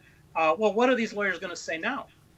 So it is a death blow to that. And remember that investigative journalism into the centers of power is already on life support because of wholesale surveillance. Obama was quite egregious in this with using the Espionage Act, Drake, Kiriakou, etc. Well, that's why Snowden had to leave the country, because if you actually give it to a journalist now, you're monitored. And so my colleagues who still do this work at the Times tell me they can't get anything. Wow. Yeah. The only way we get information is from people like Julian, Chelsea Manning, Snowden, Jeremy Hammond, who did hack into a private security firm and then released, I think, 5 million emails, which I then used those emails when I sued Obama over Section 1021 of the National Defense Authorization Act, which overturned the Posse Comitatus Act, which prohibited the military from being used as a domestic police force. We used those emails in the case, and we won, by the way, in the Southern District Court in New York. We lost on appeal. But we used those emails because it exposed how Homeland Security, the FBI, and private security firms were attempting to link dissident and leftist groups to terrorist groups to use terrorism laws against them. So it's a very dark moment. And I think your question is a good one. It has happened in the past. But I would say the collapse of the judicial system, remember in the past that the judiciary was strong enough that it threw out Ellsberg's case because of the illegalities that have been committed against Ellsberg, including breaking into his psychiatrist's office, etc. I'm not sure that would happen anymore. The judiciary is so anemic, and we forget that it's corporate. So you have, quote unquote, liberal justices on liberal issues, but they're all corporate lawyers. We don't have the we see Gator Ginsburg's anymore. I mean, going back to last week, the ACLU or human rights law is appointed to federal judgeships, Democrat or Republican. And just let me throw one last thing in. Biden was a huge champion of Clarence Thomas, right, and of the guy who just died, the other retrograde on the.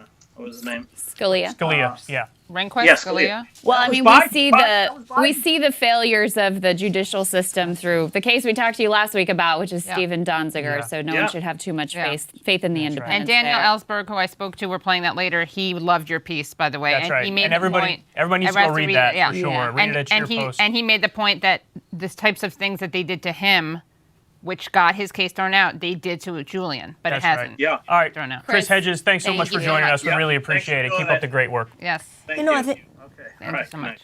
I think it's really important the way this case is bringing to light the delegitimization of the classification system. I mean, everybody says, oh, he classified material, and anything they don't want us to know, they just call classified. And then if journalists say, well, what makes it classified? Well, it's classified, we can't tell you. Right. This is such a poison and such an important part of what's going on. Just look at what's going on with the JFK file release, which they keep pushing off and pushing off. That's right. Yeah. I'm old enough to be able to tell you that there's been a sickness in this country ever since the fact that we never really learned the whole truth about the assassination of JFK has left a poison in the psychic bloodstream of this country that has never left. I thought you were going to say you're old enough to tell us who killed JFK, but no, you don't know that. No. Read the devil. My father. Yeah.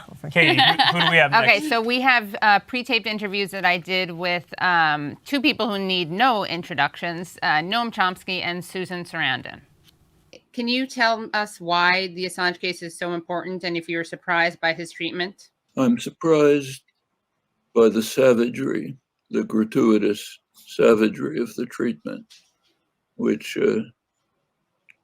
goes well beyond any relevant concern, if there is one, and I presume is simply intended to intimidate others, to make clear that there are few limits to the savagery with which concentrated power will protect its right to conceal crimes of state. And why is this case so important to you and to the world? It's important to me, first of all, and the world, simply because of the human aspect. A man is being tortured for years for having carried out the work that a serious journalist is supposed to carry out, exposing crimes of state. But it's far broader than that because the web is spread very wide. It's intimidation of others, warning them not to pursue the course of honest inquiry, or state power will come after you with savagery. What effect do you see this having on the media, a quote unquote free press, the First Amendment? That depends on how they react. If they subject themselves to the intimidation, it's serious. If they join in dedicated, committed protest against these acts, they can win. The state has little capacity to enforce these rules, except the subordination of those to whom their power is directed. And why do you think the media has remained so silent on this issue, the non-independent media? Well, I think the answer is pretty clear. Cowardice. They used Assange's revelations. They were glad to have them. Now, if they don't stand up in defense of both him personally and the principle that was upheld by the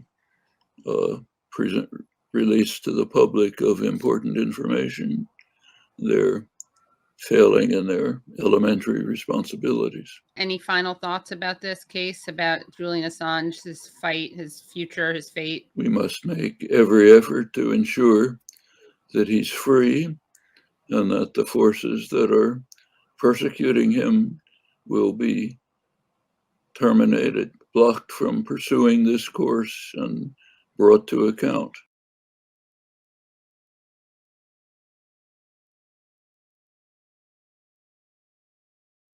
Can you tell us why Julian Assange's case is important to you? Oh my God. Well, it's so important because I think we've lost journalism. We've lost the ability now to find the truth, and people don't trust the information that they're getting. There's so much clickbait that's happening that doesn't, I mean, I know from my personal experience how difficult it is to undo misinformation. That's character assassination and misinformation. And once it's out there and repeated for a few years, and he's a prime example of that with, you know, all the catchwords like rapist and that he hacked and all of these things that are misleading. But the big problem, so that's a problem because people, just their relationship to information now is terrible. But the fact that you can be, that telling the truth is a crime. I mean, Daniel Ellsberg then would have been locked up, right? We need people we need journalists, we need investigative reporters to tell us about things that the government is hiding, that are illegal, inhumane, immoral acts. And, you know, when you have finally a whistleblower that comes forward with information that is really astoundingly horrifying, as Chelsea Manning did, God bless her, and then you have the publisher punished in a very, I mean, right now he's could die, you know, so it's gone on for so long and he's so fragile. And on top of that, all the other newspapers, all the mainstream newspapers benefited from this information. They printed it. No one is accusing them of endangering the troops or bringing down America or anything. They all profited. The Guardian, what else? The Washington Post. But they've singled him out because this is really to tell other journalists not to go into this kind of investigative reporting. Because if you can't ask questions, hi Kitty, if you can't ask questions, how can you be a journalist that's going to discover anything? I mean, so what they're trying to do is upset the whole program here, is really just as in Stephen Donziger's case. Luckily, he's not been incarcerated as long, and now, thanks to people that have really made this an issue, he's back home, even though he's still under house arrest. But the same kind of thing. This is to tell you, you cannot take on corporations. You cannot take on the government. You can't, you know, we are bigger than you and you will be punished. So people become self-censoring. News sources, especially mainstream media, gets their orders from the CIA, from the government, from the White House, you know, and the same thing with the New York Times. So where are you going to go? And what's going to happen? Why would anyone take a chance again to give us information of what's being done in our name, these war crimes, you know, or when you're trying to have an election and you find out, you should know. I mean, you can track the money and you can find out that way where someone's allegiance. But when there's other things that are going on, you have the right as a citizen for information. How can you make decisions going forward of who to vote for when you're not getting that information? And we can see that there's certainly a prejudice of you know, Flint still doesn't have its water fixed. The Amazon is still, Chevron hasn't paid what they owe there. So it's definitely taking advantage of racism and the vulnerable, the poor, those that don't have a voice. So those that do have a voice, who are connected to news sources, have and call themselves journalists, have the responsibility to find the truth. And what's the most shocking to me, not that our government is who instigated this whole thing and who obviously wants him to be in jail or dead, as we heard from the investigations of talk about assassination. But what really worries me is where all the so-called journalists, why very few people are even talking about Assange. And whatever you think of him personally as a, you know, or whatever confusing information you have, if you're a journalist, you should be investigating this for your own sake in the future. And I remember when, was it Jim Acosta? Trump got upset with him and then threw him out or took away his credentials or something. Right. And everybody was in an uproar. Okay, that's true. You should probably object to that. But then this is going on for years and years and years, and you don't hear a peep. That's what really surprises me, especially from those institutions that actually aided and abetted the publishing of these things to their advantage. You know, so what does that say? That's why I'm scared. What does that say? Why are people, you know, we're distracted by all this little stuff that goes on. But what about your right to have information? What about your right to, as a journalist, to be able to go after an inconvenient truth? Because that's what happened here. These weren't truths that fit into the, you know, into the description of what they wanted out there, because they were damaging. But yet the Steele dossier gets picked up and put all over the place. You know that. So I'm worried about him, and I'm worried about us, and what this means for our future in terms, and our kids' future. And this is how you slide into real fascism, when you can't speak about things, and when people start self-censoring themselves, especially those that we depend upon to check our government, to check our military, to give us truth so we can live and make decisions. But it's also such a great opportunity, you know, because things are disintegrating, to get in there and actually do something. So this is Howard Zinn. To be hopeful in bad times is not just foolishly romantic. It is based on the fact that human history is a history not only of cruelty, but also of compassion, sacrifice, courage, kindness. What we choose to emphasize in this complex history will determine our lives. If we see only the worst, it destroys our capacity to do something. If we remember those times and places, and there are so many, where I always cry when I read this, where people have behaved magnificently, this gives us the energy to act, and at least the possibility of sending this spinning top of a world in a different direction. And if we do act in however small a way, we don't have to wait for some grand utopian future. The future is an infinite succession of presents, and to live now as we think human beings should live, in defiance of all that is bad around us, is itself a marvelous victory. I don't know why that always makes me cry. It's Howard Zinn. Wow. So yeah, be that's hopeful. very moving.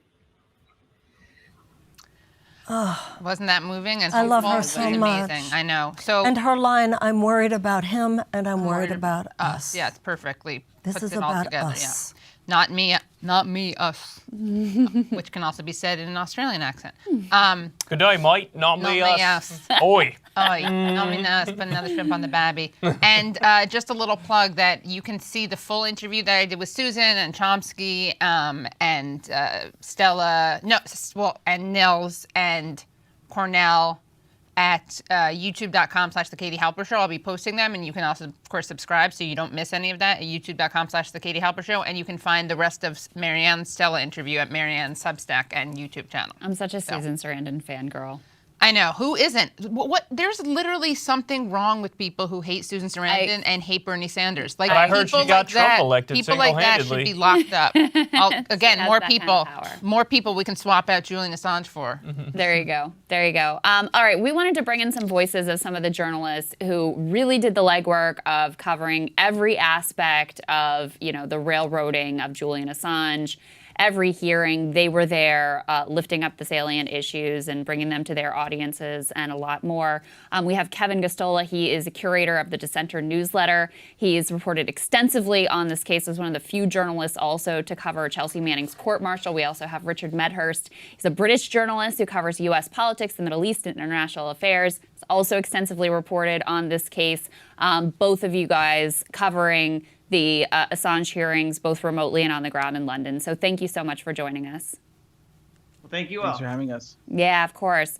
Richard, let me start with you. For people who didn't follow all the ins and outs of the hearings or where the legal process goes from here, could you just bring people up to date with what exactly happens now? Yeah, so last Friday, the High Court, their decision was that, it's got nothing to do with press freedoms anymore. The whole court case now is about Assange's health and these diplomatic assurances, right? So the High Court ruled last week that they accept the conclusion that Baraitser arrived to, meaning that they accept Assange is suicidal and that, she applied the test correctly of Section 91 under the Extradition Act, that, if he's extradited, it would be oppressive because he'd kill himself. They accepted all this about his health. And they, the U.S. tried to smear one of the key medical experts, Professor Koppelman, and this was thrown out. What they did accept, however, they accepted these diplomatic assurances given by the U.S. And these assurances say a couple of things. They say that Assange can serve his sentence in Australia. They say that Assange won't be placed in special administrative measures or SAMs, and that he won't be jailed at ADX Florence. And they also say that he'll be given medical assistance. Now, the problem with these assurances is that if you read them, you take them at face value, they have holes in them this large, right? So when they say, for example, he can serve his sentence in Australia, the U.S. can't just say, oh, Assange can serve his sentence on the moon or in Tanzania or in Australia and just make it so. Under the Strasbourg Treaty for prison transfers, the other country must say yes. So unless Australia says yes, this is completely meaningless. And well, guess what? Australia have said nothing. How do I know this? Because I've been covering the court case, and Kevin will tell you the same thing. So this is a gaping hole in that assurance. And of course, Australia being a Five Eyes country, the U.S. can just go through back channels and tell them, don't take Assange. That wouldn't be too far-fetched, regardless of what or of how the what is that they have not said they would take Assange. So number one, that that doesn't work as of now. The other thing about ADX Florence and not being placed in SAMs, I mean, Assange's lawyers raised this point that, you have special housing units, you have communication management units. They have so many, creative ways to put someone in these various hellholes. So, whether it's you call it SAMs or you call it ASHU or whatever it is, whatever prison, if it's not ADX Florence, it could be another jail. The suicide trigger, which the judge found to be the problem, is that it's isolation. Isolating Assange would lead him to commit suicide. So again, they could not put him in SAMs. They could go put him in a CMU like Daniel Hale and say, see, we never placed them in SAMs. We didn't break the assurance. And this is how you play these games. And if you look at the assurance, they say that they won't put him in SAMs or at ADX unless he does something to warrant the imposition of SAMs. He could just cough in his jail cell or say, tell his Stella Moris, his partner, say hi to the kids, and they could interpret that as some sort of code and then punish him for it. I think Chris Hedges raised that point earlier. And then the other thing about the medical assurance, they don't say Assange will get medical. They don't say Assange will get medical treatment or psychological treatment. They say he'll get medical treatment under the recommendation of the prison doctor, whatever that means, right? They could put him in front of any physician who says, no, you're fine, and then we don't give you anything. And, the thing with the assurances, which is so shocking, is that the United States has given very, very, very similar assurances before to other people. They do this quite often, actually. And one of the people that Assange's lawyers mentioned is David Mendoza. And he was extradited from Spain to the U.S. in 2009. And he was told a very, very similar thing. He was also told you can serve your sentence in your home country in Spain, right? Just like they're telling Assange you can serve your sentence in your home country, Australia. Well, guess what? They lied. Because once he got to the U.S., they kept him there for 7 years. 3 times they denied his application. I published all these documents. And the thing with Mendoza, it goes even further. They didn't just send a diplomatic note. This is the diplomatic note from the U.S. Embassy in Madrid.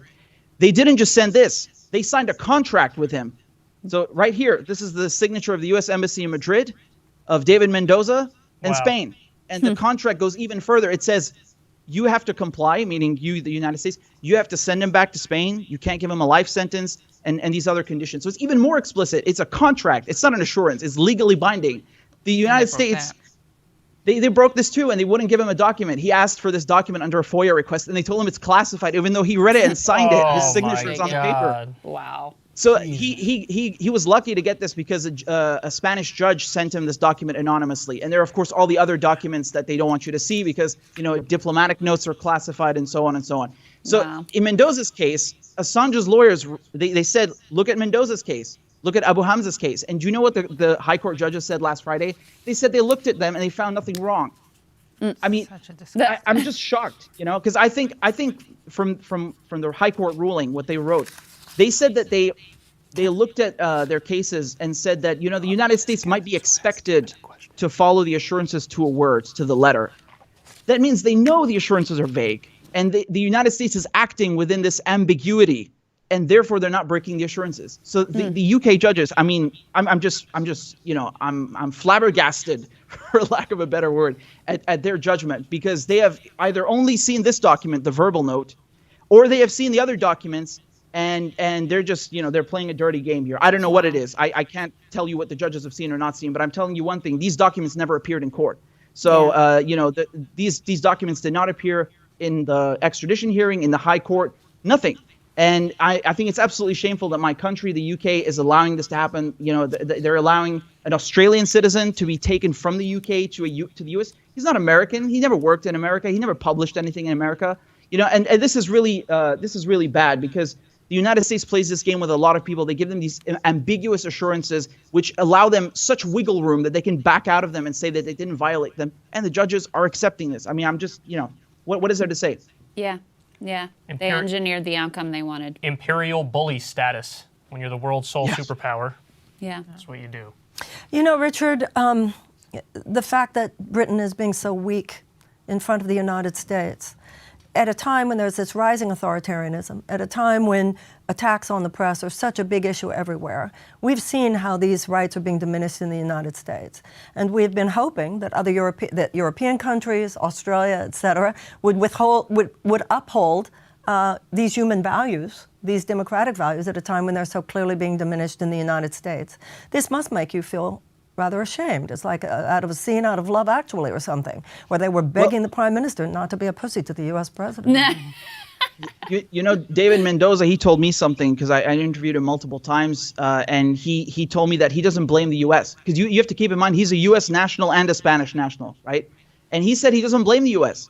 For what they did to him, for ruining his life. By the way, they took $14 million in assets from him. They tried to get him to come back to the U.S. by seizing his assets without filing a criminal indictment. So it's kind of like a game to get him back.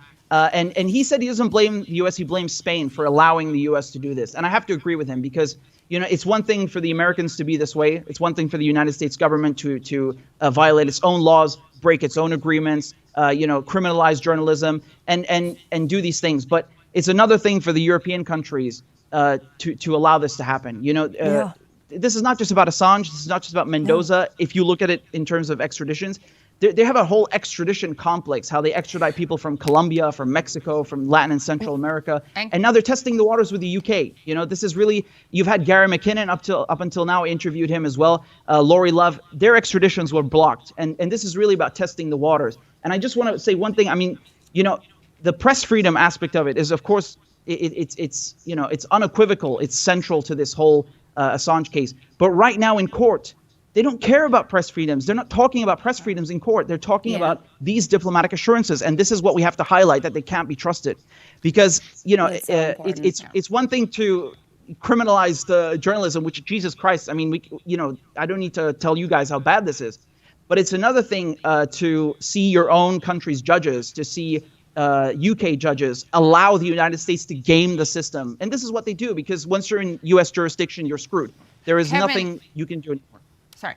And Kevin, I don't want to leave you out, so I want to ask you what you, as an American journalist, what you're most ashamed of your country doing in the States. But it's dangerous to the world. And I suppose Richard and I could go back and forth over whose government is the worst in all of this, because certainly I would be willing to make the case that the U.S. government, which is using all of its power, is the one that should be focused. And to just add some detail to what Richard was saying about these diplomatic assurances, I'd like to highlight something that Richard now mentioned, Chris Hedges mentioned, which is this communications management unit, which was completely left out, it appears, when the High Court considered the assurances that were given to them about the prison conditions that could be imposed on Julian Assange. And these communications management units are something that exist in 2 prison facilities in the U.S. that were developed under the war on terrorism when President George W. Bush was in office. And there's one in Marion, Illinois, and there's one in Terre Haute, Indiana. And the facility in Marion is where drone whistleblower Daniel Hale is currently at. And he, by the way, was betrayed by the Bureau of Prisons, because when he was prosecuted, he had proceedings in which the judge, the prosecutor, and his defense attorneys agreed that he would go to a federal medical center in North Carolina, which was designed to provide, prisons are the worst place to go for any sort of health care. You can't count on them to provide any sort of treatment. But there are facilities that are geared particularly for people who have medical conditions. That's where NSA whistleblower Reality Winner went. She went to Carswell in Fort Worth, Texas. And they were going to send Daniel Hale, because he has post-traumatic stress disorder and suffers a moral injury from the drone program, to Butner. But he ended up being shipped after he languished in a transfer facility for a couple months. They sent him to Marion, Illinois, and he arrived there and he had no idea that he was going to be sent there. But when he got there, he learned he was designated for a CMU. These CMUs are responsible for tons of due process violations, which the Center for Constitutional Rights have sued in court to challenge. And in it, what's really important, the point I want to hammer home for people, is that they have more strict visiting rules than what exists in supermax prisons. That is to say that if Stella and his children wanted to visit him in this facility, because he would be designated for a CMU, they would not be able to touch him. There would be no hugging allowed. There's no kissing allowed. You can't embrace your children. They can't sit on your lap. You cannot have the standard interactions that you typically have in prisons, like what CIA whistleblower John Kiriakou was able to have when he was incarcerated at Loretto in Pennsylvania.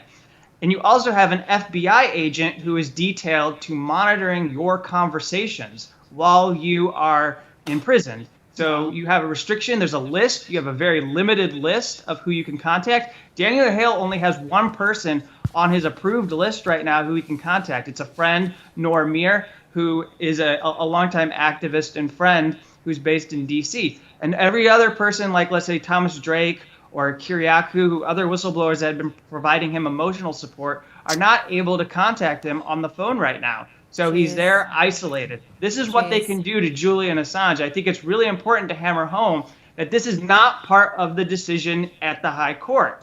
And so all of this can be done to Julian Assange outside of any kind of good faith agreements they have made. So there are actual ways in which they can keep their agreements, their pledges, and then come up with new things they can do to terrorize Julian Assange. Wow, that's absolutely terrifying. Kevin and Richard, thank you guys so much for joining us. Followed their work. In these short segments, you just packed it full of substance and you educated the audience phenomenally well. So thank you so much for what you're doing and following the trial, and keep spreading the word, and keep it up, guys. That was really something special that we did. Thank you for throwing this all together. It's really incredible. Keep up. Thank you. Yep. Thanks, guys. Doing what we can. So much for the fact that our Constitution says we can't have cruel and unusual punishment. That's right. Yeah. You know, they reminded me when they were talking about how the U.S. just violates its word. I was reminded of a story I covered. The International Criminal Court, we were told you can't sanction medicine going into Iran because that's part of our sanctions against Iran. And the United States response to that was to say, we disagree. And so we pulled out of the court and kept sanctioning. That's why we're not in the criminal court. Disgusting. It's unbelievable what goes on. They call it, Norman Finkelstein calls it the International Caucasian Court, because it only... And the International Clown Court, you know, at this point. Yeah. Well, that was amazing, and we're going to bring in another fearless journalist. She is the creator of the Empire Files. She's the host of the Media Roots podcast. She's also a visual artist, and she's the director of the amazing documentary Gaza Fights for Freedom. Guys, She's gotta watch that. That's so good. Yeah. You gotta see She's also that. been accused, this is probably her biggest achievement, she's been accused by the U.S. government of, quote, fomenting radical discontent.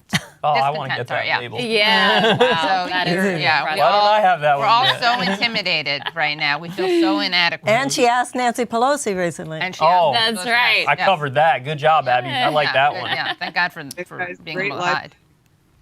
Thank you. Thank you. Abby, wanted to ask you about all the journalism that you've been able to do thanks to the revelations of WikiLeaks. Yeah, I was just curious. I went through the Breaking the Set archives and just searched Assange and WikiLeaks, and it yielded like hundreds of results. I mean, it just reminded me of how central WikiLeaks' reporting and revelations were to my entire journalistic career, and also just my radicalization as an anti-war activist at the beginning, of my political life. I mean, it's amazing to see the stenography and kind of dutiful acquiescence on behalf of the corporate media in a post 9/11 world. And it was because of WikiLeaks' reporting that we saw the true atrocities and crimes committed. I mean, I don't think that we really would have known the true extent of the horrors in this reign of terror if it was not for Julian Assange and WikiLeaks, because of what was happening in the corporate media. I mean, they were actually acting as if the U.S. was this benevolent force and doing good in the world because it was such a propagandized conditioning of patriotism, right? And this American exceptionalism. I mean, let's go back to Guantanamo. We know about the Guantanamo detainees being rounded up, basically innocent people, for bounties, allegedly because they were Al-Qaeda and Taliban, from WikiLeaks. These were a series of files that were released right after 9/11, or not right after 9/11, but as soon as WikiLeaks was created, to show us really how ridiculous that was, how so many innocent men were being held that did nothing at all, right? And then the Iraq war logs really did cement the end to the Iraq War. I don't think people really know the story. I wanted to tell it really quickly. The Collateral murder video was really the tip of the iceberg. There were so many countless innocent people that were mowed down in vehicles at checkpoints in Iraq. And no one really knew about that until the Iraq war logs came out. And it really ended the war because Obama was actually trying to extend the status of forces agreement. He had Robert Gates on the ground in Baghdad talking about extending the troops. And there was such a huge resistance mounting in Iraq that they said, absolutely not. I mean, the government was just like, we're not going to extend the status of forces agreement unless we can actually prosecute U.S. soldiers in Iraqi courts because of these crimes. And so Obama had no choice. They basically had to pull out because there was threats of 100,000 people. Actually, there was 100,000 people marching, armed resistance fighters, at the time that Robert Gates was there in Baghdad, and saying, if you don't leave, we're going to just fight you.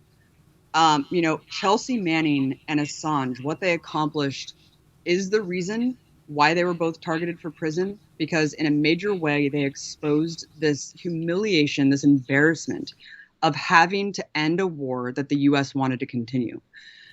Afghanistan war logs, the mass recording of Afghan telephone calls. This wasn't just collecting metadata. This was collecting every single phone call, listening to every phone call. I mean, how is the opium trade? How was it continuing for 20 years if the NSA was collecting and being able to listen to every single phone call going out of Afghanistan? I mean, that's pretty extreme. How is that possible? 3 more things about Afghanistan really quickly, and then I want to turn it over to you guys. I mean, the Daesh-e-Lay massacre, the Garani massacre, and Operation Medusa. These are things that Julian Assange talked about extensively. They were never covered properly by the legacy media, and he said that as such. 2001, 2,000 Taliban fighters were basically killed, buried in a mass grave, put in container trucks, and suffocated. These are the people who are now back in charge of Afghanistan. I mean, that is an insane thing that happened. The Garani massacre, this was another release. Someone internally inside WikiLeaks destroyed this video. It was the part of the Manning war logs, but it showed 147 Afghan civilians being killed in a single airstrike by a B-1 bomber. This was in 2009. This could have ended the Afghanistan war if this video was released. I mean, it would have been more powerful than the Collateral murder video. And that was released with the Manning war logs. One more thing, Operation Medusa. This was a NATO operation, a C-130 cargo plane that rained down shells and killed 181 enemy. I don't know what that means. As we know, an enemy combatant can be anyone that's a military-age male. This is the largest event that the most people were killed in Afghanistan, and it's never been properly investigated. And, then you can go on and on. Vault 7, I think that, of course, the DNC leaks and the Podesta files really did cement the hatred for Assange, on top, of course, of all the exposing of the war crimes. But I think the establishment forgive him for what he did to expose Hillary. Abby, I think Marianne has a question for you, but while she's asking, I think we're getting a little double audio on your end. I don't know if you can turn your speakers down just so you can still hear us, but we're hearing ourselves back a little bit. Go ahead, Marianne. Well, basically, I just want to thank you, Abby, for continuing to talk about the Afghanistan war. I think it's so hideous the way, okay, that's over, now let's move on. And as you said, and as we talked about earlier actually on the show, if the revelations from WikiLeaks back in 2010 about Afghanistan had been truly listened to and truly taken to heart, then maybe the last 10, 11 years of horror would not have continued the way they did. It's important that people realize this war was an utter failure in terms of it going right back to the Taliban, but a great success for the military-industrial complex. Yeah. This war cost $2.3 trillion, and $2 trillion of that, of course, went to the MIC. And of course, it was the most horrifying moral failures in all the ways that you're saying. So I just really wanted to say thank you for refusing to shut up about it, because this is what we do every time. And this is why the country is so open to the next debacle, whatever it might be, whether it was Vietnam to Iraq to Afghanistan. So really, I just wanted to say thank you. We all agree. Abby's a phenomenal journalist. Fierce. Fearless. Abby, I want to ask you something slightly different, because this has been on my mind too. First of all, there are plenty of people who think that Julian Assange is, being prosecuted because of the 2016 leaks on the DNC. That's just factually wrong. They're going after him for, what Chelsea Manning gave him and basically leaking on war crimes that the U.S. was committing. But, at the time, I did notice like a split on the left where there were, people on the left who were like, oh, I can't believe he's leaking it at this time. Would he leak it on the RNC? And, it's basically exposing all the dirty laundry of the DNC. And I remember thinking at the time, like I said to Glenn earlier, I don't know if you were watching, but I said, listen, if the things are factual, like, I don't know what we're arguing about here. It's like, you can kill the messenger, but you should actually talk about what the message is. Like, look at what actually happened. So what's your sense of, when there seemed to be a shift in the tide and some people started to turn on Assange? Do you feel like he was almost in no man's land where he wasn't getting nearly as much support because of the 2016 thing? And talk to that a little bit.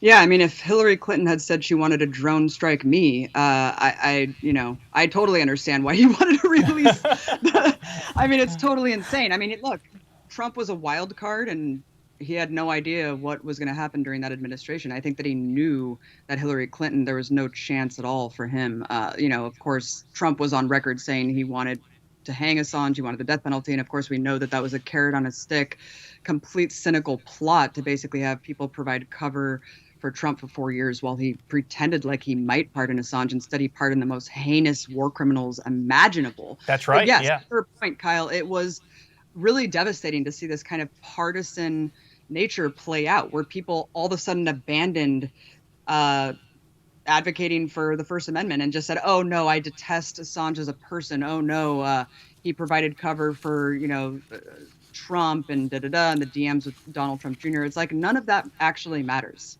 Yeah, you're right. Julian, this isn't even about Assange. This is about WikiLeaks. This is about the organization that Assange created to provide space.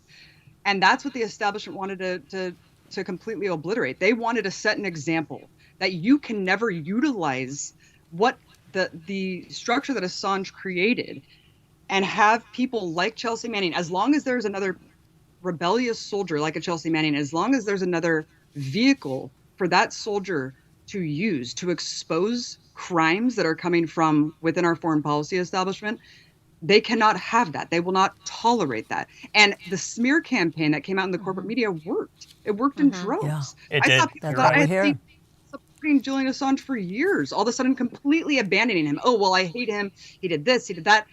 Most of it's completely false. And again, I don't care what you think about Assange as a person. This is not about him. Like Susan Sarandon said, this is about us. This is about the foundation and principles of this country and our Constitution. And if you're not going to support that, who are you? What are you fighting for? What is it about? The problem is how many Americans don't even know what those principles are. We have 10 states in the United States that don't even require half a year of civics education, American history, American government. It's amazing how many Americans don't even know what these principles are that we're so passionate about here tonight. And I think a lot of that has to do with the failure of our educational system. Or how about all the states that have criminalized BDS and require Abby Martin you to sign loyalty oaths in order to speak at a public university in the state of Georgia, as one example. So yet again, Abby, you're on the front lines of the free speech wars. And We'll visit you in the right-wingers who scream about college kids with pink hair have nothing on you, because you're actually literally fighting legal battles and winning. And breaking important stories. We never thought Chelsea Manning would get her sentence commuted. It's because of the struggle on the ground. It's the fight, the pressure, and the momentum that built, and we can do it again. The idea that Trump was the last best hope, it was never the case. Yeah. We need to continue to fight because it's still possible that we can pardon him. We just have to build the movement to do it. Thank you so much, you guys, for doing this. He deserves to be home with his children and his fiance, and it pains me that he's in jail suffering, and we have to fight till our last breath to make him free. Thank you so much. Here. Thank you so much. Thank you, Abby. We appreciate it big time. Wow, I got chills from that. I got chills. Yeah, for sure. Well, I think she sends a very important message of hope that it is possible, that even though government administration after administration hated him and came after him, and even though they want to punish him, they want to make an example out of him, they want to hide these secrets, it's not impossible with a groundswell of support to shame them into changing their actions, because we have seen it happen before. I just have to say one thing. Shame on all of you journalists, and shame on you, Joe Biden, for being Trumpian. Again, I have to just say this. You're siding with Cheeto Mussolini. Go with your guy Obama. Stop being the authoritarian, free press attacking, strong man that you claim to detest. Ushering in fascism. And the media is leaving it to us to have to do a free Assange event. They should be on CNN in prime time. You know what I mean? And that's the thing is, unfortunately, MSNBC and CNN, those are the networks that the Biden administration watches and listens to and they're are arguing influenced over by. the word Karen. That's the conversation they're having. I literally can't imagine having that kind of platform and having said the right things when it was Trump. Past, and then... Right. Rachel Maddow, can you just clarify to us why it's okay to indict Assange? You called that an attack on the free press, on the First Amendment. So what has changed? Is it only that it's Biden? Are you that partisan? Are you that much of a hack? Yes. Are you that unprincipled? The answer is yes. Come on. No, at least, guys, pretend to have any principles. I'm just embarrassed for you. You're such sellouts, and you deserve to be treated like... not very well. Well, there is such a thing. I'm not going to cry. I don't wish Assange treatment on anyone. I'm just saying, don't you have any there is such a thing as healthy instinct? shame. Right. There is such a thing as healthy shame. And Crystal was saying that we have to keep up the fight and that good things can happen. And some good things do seem to be happening in the case of Stephen Donziger. At the very least, the fact that so many people are aware, and I think the more we can do to raise awareness, the better. Yeah. When I called Stephen Donziger and I asked him if he would be with us this evening to talk about Julian Assange, he's very clear that they are both political prisoners. He's very clear that in both cases, whether it was Chevron with Stephen or the U.S. military and the U.S. government with Assange, that these prosecutions are meant to have a chilling effect on human rights lawyers, environmental activists, and in the case of Assange, on journalists. I'm happy to tell you, not that you'd be surprised, that the response I got from Stephen Donziger when asked if he'd join us tonight is, it would be my honor. So it's our honor to have him. It's our honor, Stephen. It's great to see you. Long time no see, Stephen. Thank you, I know. Tell me about it. How are you feeling, Stephen? I bet this brings up a lot for you listening tonight. Oh, yeah. And I first of all, thanks to all of you for pulling this together for Julian. Julian represents something greater than Julian. And in my view, what he represents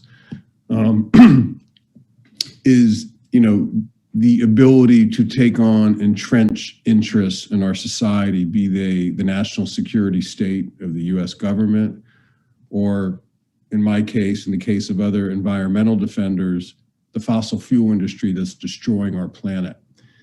And I think that the playbook that's being used against Julian and the one being used against me are very similar.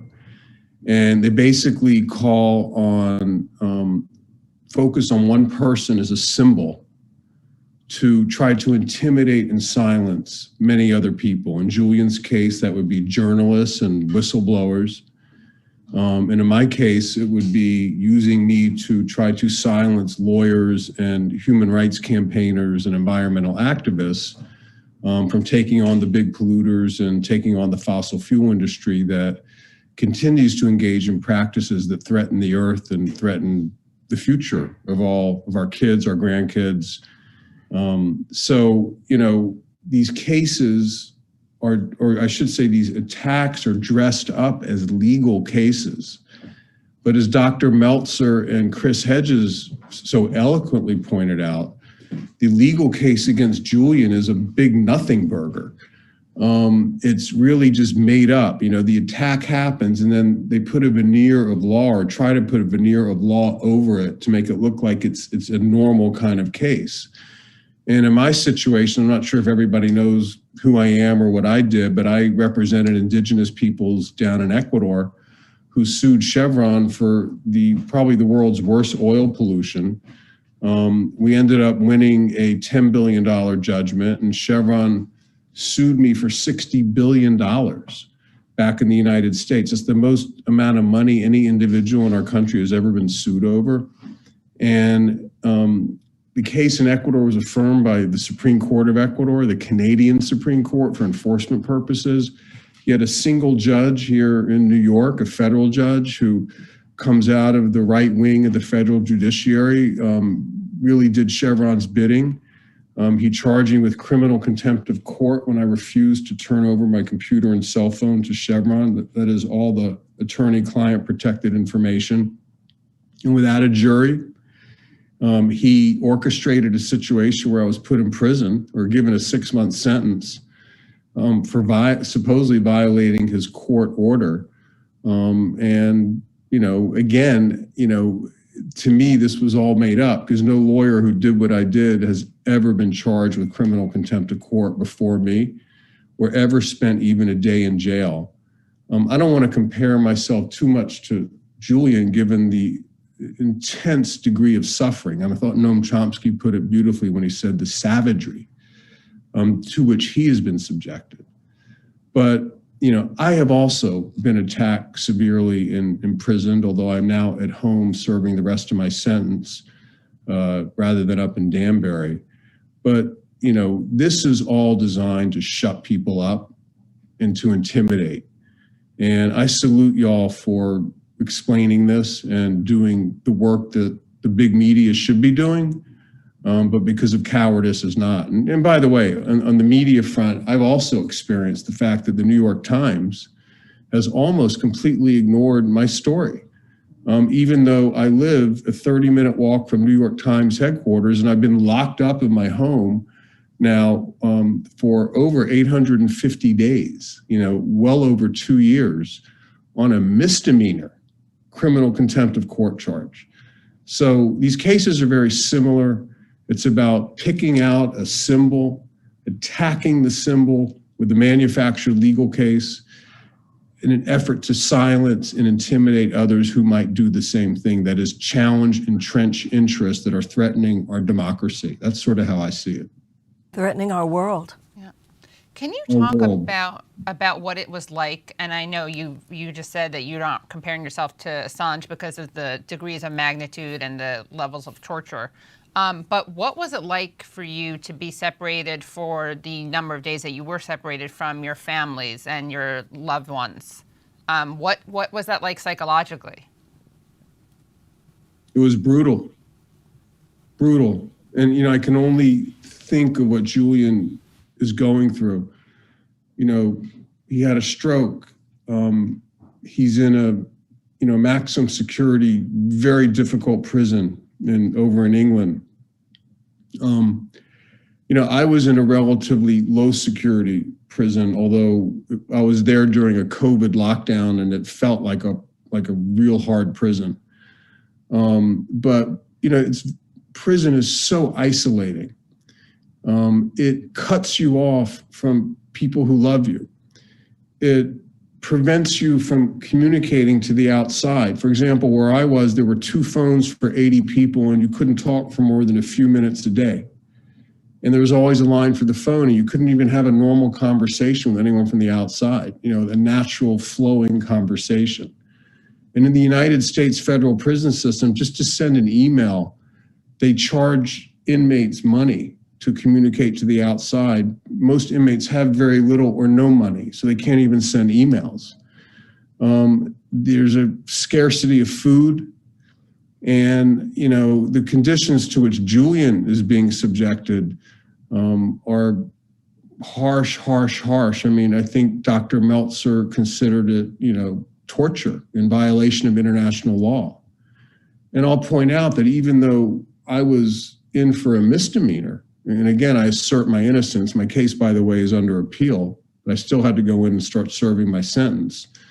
The experience of being cut off is part of the playbook, which is to intimidate you and intimidate others and to silence those who speak out.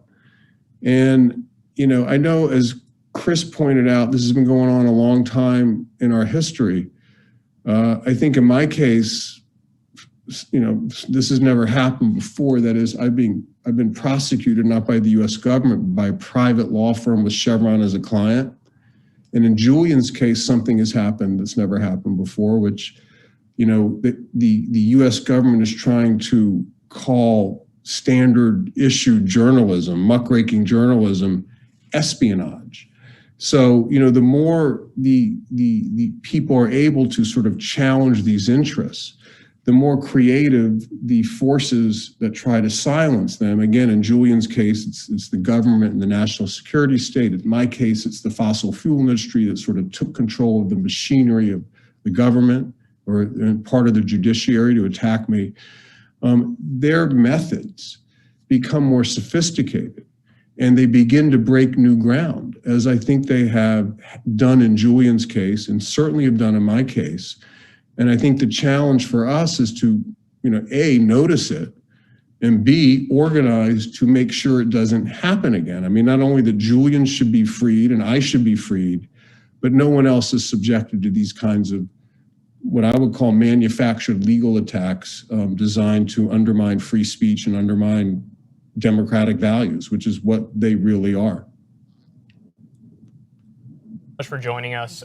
There's literally nobody on the planet who could speak to what's going on with Julian as well as you, given that you were in a somewhat comparable situation, although orders of magnitude different, so on and so forth. But you really gave phenomenal insight as to what it's like inside the belly of the beast. So thanks again for joining. And just a shameless plug real quick, everybody needs to check out Crystal Kyle and Friends when it drops tomorrow, because we spoke to Stephen, and boy, was it powerful. Yeah. All I'll say was, little spoiler alert, there were tears. Yeah. And it was from multiple people. Yeah. So I'll say that. Stephen, thanks so much for joining us. We appreciate it. Great to see You you, know, Stephen. people- So much.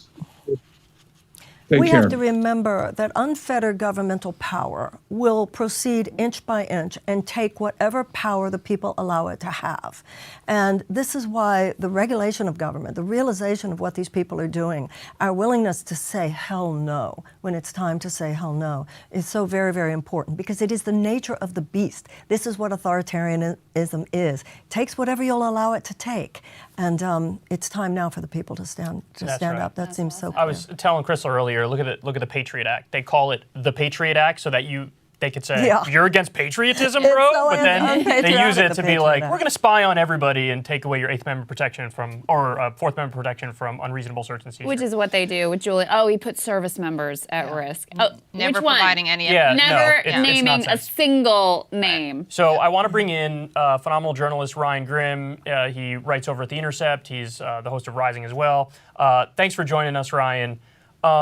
my first question to you is, what do you think? So there's like a disconnect between, you talk to regular people or you talk to like average Joe and Jane political junkies, and they feel a certain way about Julian Assange. But then like you look around Washington, D.C. and people who actually have power, whether it's in media or government, and it's the polar opposite reaction. It's just like, of course, obviously he should be locked up. Like, duh. What accounts for that disconnect, and what is it in the mindset of the D.C. folks that leads them terribly astray? And there's a third reaction actually that exists here, which is genuine ignorance. Like, there are a lot of people that I've noticed in D.C. who are in positions of power, like staff level positions of power. I haven't talked to them, who don't know that this is happening. Like, it just are unaware of it. Like, it's not even on their radar. People like mid-level people who work at the White House, mid-level people who work in like House and Senate leadership that I'll talk to, who aren't in like decision-making positions. And so I will raise the question of Assange to them just to get a temperature check for where they are, where people above them are. And they're like, what's going on? That's still happening? We're still doing that? Wow. That's how far off the radar it is. Now the people who do understand that it's happening and are aware of it, it's a mixture. For the Democrats, they either have the Russiagate brainworms from 2016 and want anybody who was even remotely connected to the 2016 election to rot in prison forever, and that would include Assange. And you can tell them, well, he's not charged with anything connected to 2016, and they're like, whatever, like let him fry. And the way that, and what journalists have done, and I think there's a lot of psychoanalyzing that you can do around this and rationalizing that you can do around it, is that they keep saying, well, they tell themselves, and they'll say it if they're pressed, he's not a journalist. He's not really a journalist. And part of that, I think, Glenn talks a lot about the kind of the professional jealousy because of the number of stories of consequence that he's broken compared to the entire rest of the media. Actually, like you could probably stack his body of work against almost everything produced, over the past 15 years, and it would be nearly comparable, like the magnitude of the revelations. I think that's part of it, but I don't think that's all of it. I think part of it is it's easier. They think that if they can convince themselves and convince other people that he's not a journalist, then they can then believe that there's no precedent being set. It won't affect them. They're wrong, of course.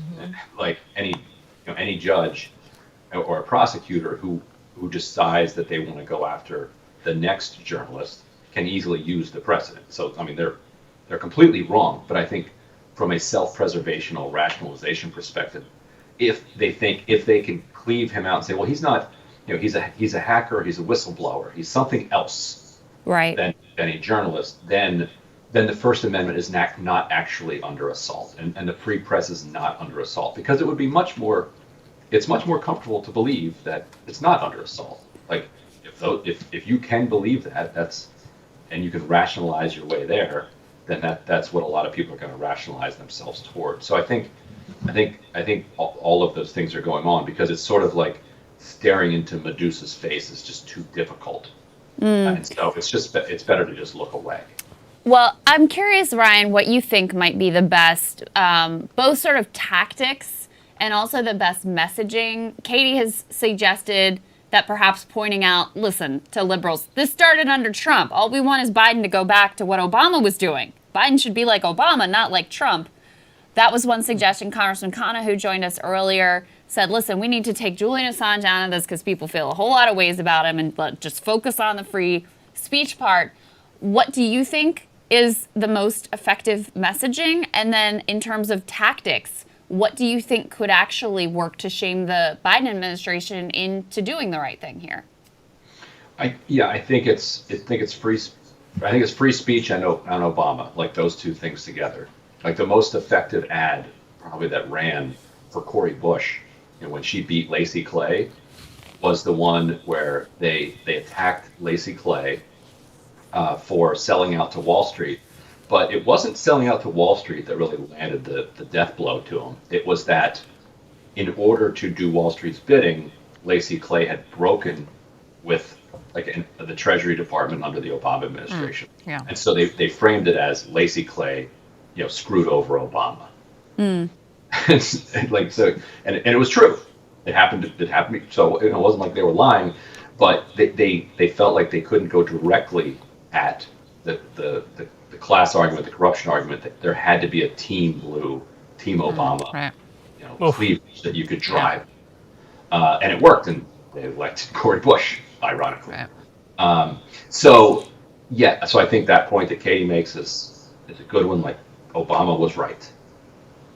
Now, that's not going to work on Biden because Biden is very much motivated by proving that he is right.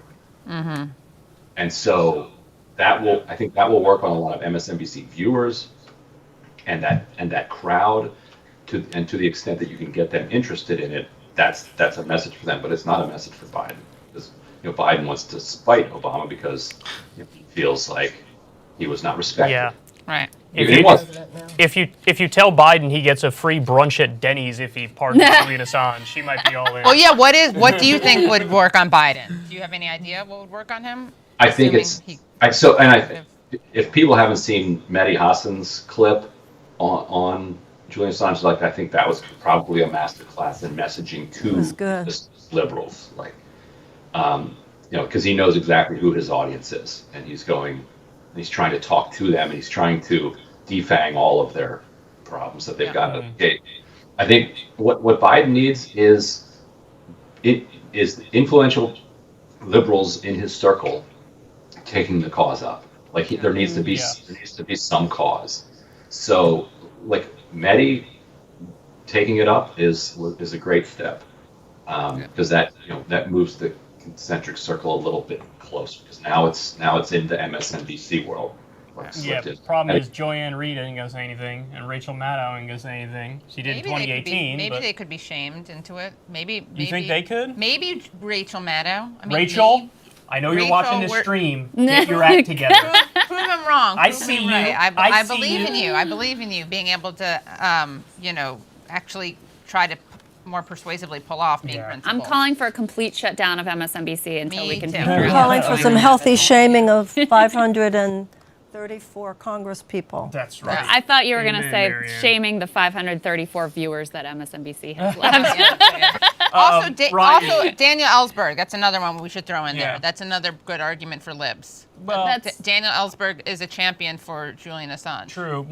Many libs don't know much about Daniel Ellsberg, but they know that Biden might because they went to kindergarten together. Yeah. All right, Ryan, thanks so much. We love you, Ryan. Thank you. Doing this ageism. Hey, Ryan, thank you. Now that I'm done with my ageism for the day, I filled my ageism quota for the day. Yeah. I wasn't going after 25-year-olds. You're fine. Hey, well played, Kyle.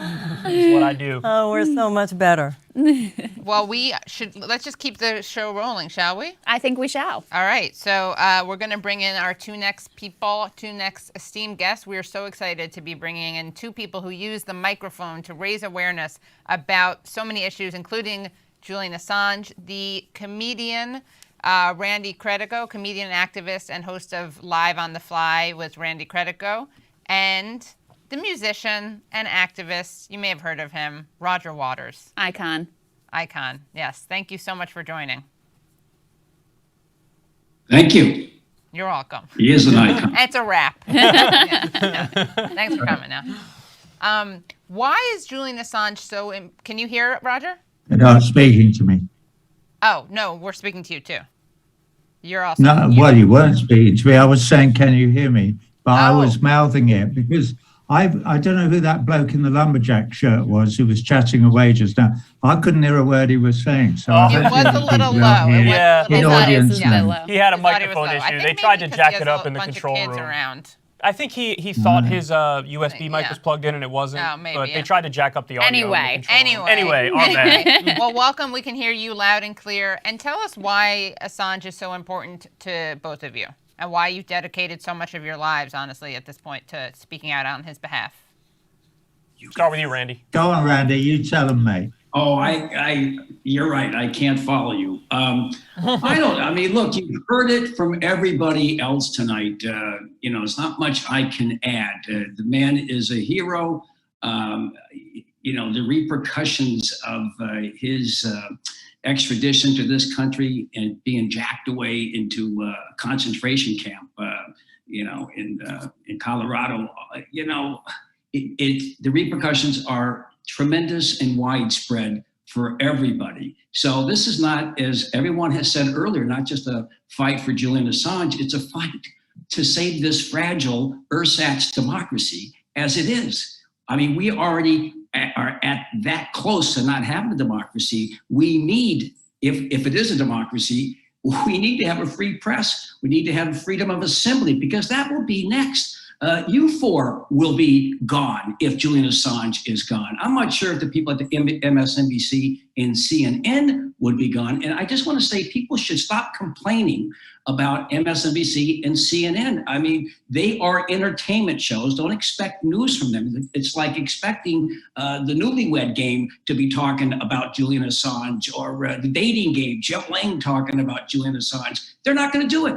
It's a fool's errand to expect them to do it. So what we need is as many people as you folks all have your own podcasts to go out there and continue to, get the choir revved up and get their choir onto the street, organize civil disobedience. That's what we have to do at this point. That's the solution, because we cannot wait for Chris Hayes or Ari Melber or Joyanne Reed or the two guys that look like Jim Sciotto and Jim Acosta to come out and support Julian Assange. That's not where it's going to happen.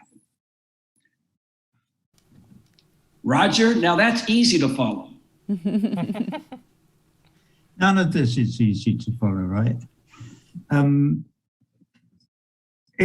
find it almost impossible to speak on this issue anymore, because I feel numb, and not comfortably numb, just to be daft for a minute.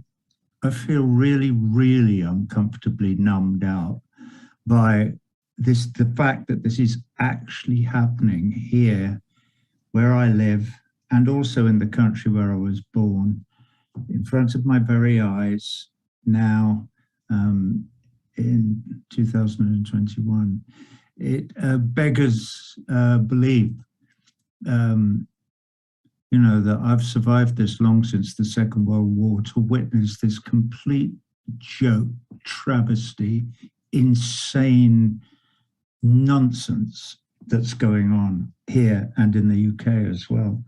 I have to keep saying the UK, because I would not have believed it until I'd seen it with my own eyes, that we over there in the UK are just as ineffably dumb, blind, stupid, ridiculous, fascist, and all the other epithets that I could throw at the camera right now, to be doing this to one of the great men of the 20th and 21st century, Julian Assange, one of the few people who's got the bollocks to tell the truth about what your government and my government have been doing since the Second World War, and how despicable it is.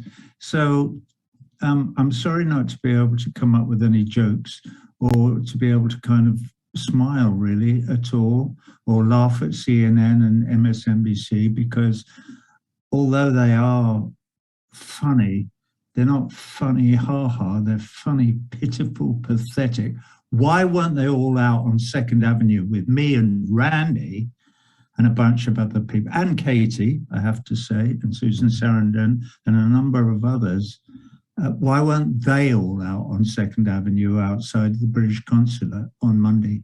at noon. We were a pitifully small number of people. And as I arrived there, actually, I drove up 2nd Avenue to get to that meeting on Monday at noon. And there were hundreds of thousands of people, all on the pavements, all going like that on their iPhones. And I couldn't help thinking, how is this happening? How is it that you are not complaining? My missus actually said to me when I was complaining about this earlier today, she said, you know, most of the people in the United States are so beaten down by the wage slavery that they suffer, or whatever it might be.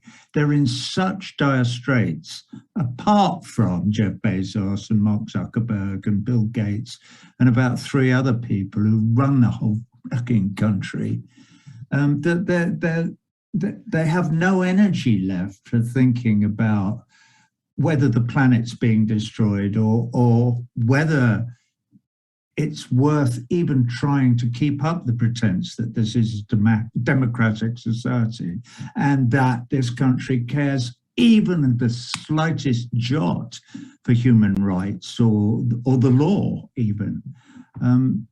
So I'm deeply, deeply depressed by it. My heart goes out to Stella and the children and to Julian himself. We only got the news the other day that he had a minor stroke on the 22nd of October at the beginning of the extradition hearings in the High Court in London. I don't know what else to say. I keep hoping that I'll wake up and this will all have been a disgusting dream, but I know I'm not going to. I know this awful dream is going to go on. I watched Randy's show earlier this evening, and it was very instructive. I was completely glued. It was Thomas Drake and what's her name, Randy? Jesslyn? Radak. Radak, exactly. Who is Daniel Hale's legal, she's his attorney, right? One of them. Yeah, but One of his attorneys, yeah. Anyway, she was compelling and beautiful and intelligent and so on, and everything that you could wish for, listening to somebody saying all the things that I'm not saying very well now. And so was Thomas Drake, the great, you know, the whistleblower from 2003, the invasion of Iraq and all of that. And he was incarcerated for his part in the telling of the truth. Isn't it interesting how many of these people worked for the giant blob? But, you know, like my friend Ray McGovern, for instance, was a CIA analyst for 20 years or something before finally whatever happened to him, his light bulb went off and he went, what have I been doing, you know? And there are many, many of them. And so there are many insiders who wake up eventually, they see the light, and they say, nada más, this is crazy, this is insane. So I'll stop with my hyperbole. I'm disgusted and deeply, deeply depressed. There we are. That's all I have to say, really. Thank you for having me on. Do you want to hear a joke? Yeah, joke. Randy, can you do the... No, I don't think it's time for joking. What? I don't think it's Marianne, time for you have a joking. question. Yeah, I don't think it's time for joking, and I think Roger was very eloquent. Both of you were very eloquent. It's not a joking matter. And I think that we have to deconstruct, we have to dismantle the psychology of complacency. I think you're right, Roger, that a lot of people are just beaten down from exhaustion. I think the American people certainly have been trained to expect too little and also to feel powerless. But I think we have to lift ourselves up, or this whole thing is going down. The American experiment is going down, the democratic experiment is going down, and I think perhaps we have to recognize how dangerous this moment is in all the ways that you so eloquently said before enough of us say we have to take the matter into our own hands. It's not just about CNN. It's not just about MSNBC. It's about everybody here calling 202-224-3121, talking to your congresspeople, electing. We're going to have congressional elections in less than a year.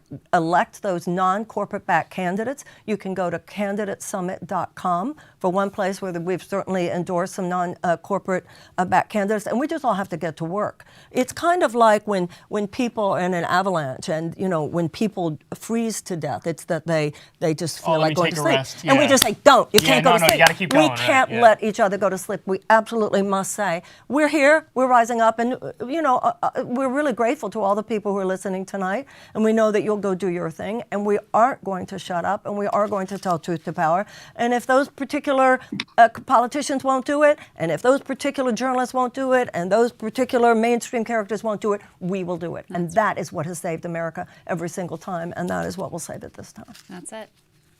I'm ready to run through a wall after hearing that. I love that. Marianne Williamson for president. Yeah. Thank you guys for joining us. We really appreciate it. Yes. Roger and Can I Randy. just say one thing here before you go? Sure. Help out the Assange Defense Fund. Go to the Twitter account of Stella Moris. That's with 1R1, Stella Moris 1 with 1R, and donate to that fund. It's really vital. They're going against the Department of Justice, which has a $200 million investment into this case. They got pennies. So please support. You're right. Thank you for Everybody help them out. And also Gabriel Shipton stressed that he wants everybody to write their congressperson. Take the time, take 10 minutes, look up all the information about your congressperson, send them a letter. This stuff actually matters. You might think it doesn't, but they're only human. If they wake up one day and they have 300 letters about Julian Assange, they're going to feel it. They're going to feel it. And they're going to be like, whoa, what's going on here? So make a difference, make a difference, make a difference, get involved. Thanks so much, guys. We really appreciate it. Thank you so much. And Justice for Assange is a website that everyone can go to. Justice number 4, ASSANGE. You get updates there. And if there's any other websites that people want us to make sure that we mention, then put them on the chat and we'll make sure to get to them. So we now have another amazing guest. So excited to bring her on. She's the author of the excellent book, Prejudential, Black America and the Presidents. She's also executive editor and senior columnist at the Black Agenda Report. Margaret Kimberley, welcome. Thank you. Great to be here. Of course. Thanks so much for coming on. Can you tell us about the piece that you just wrote about Assange? Yes. I wrote Why We Must Defend Julian Assange in order to try to energize people so that I understand what Roger means by feeling defeated.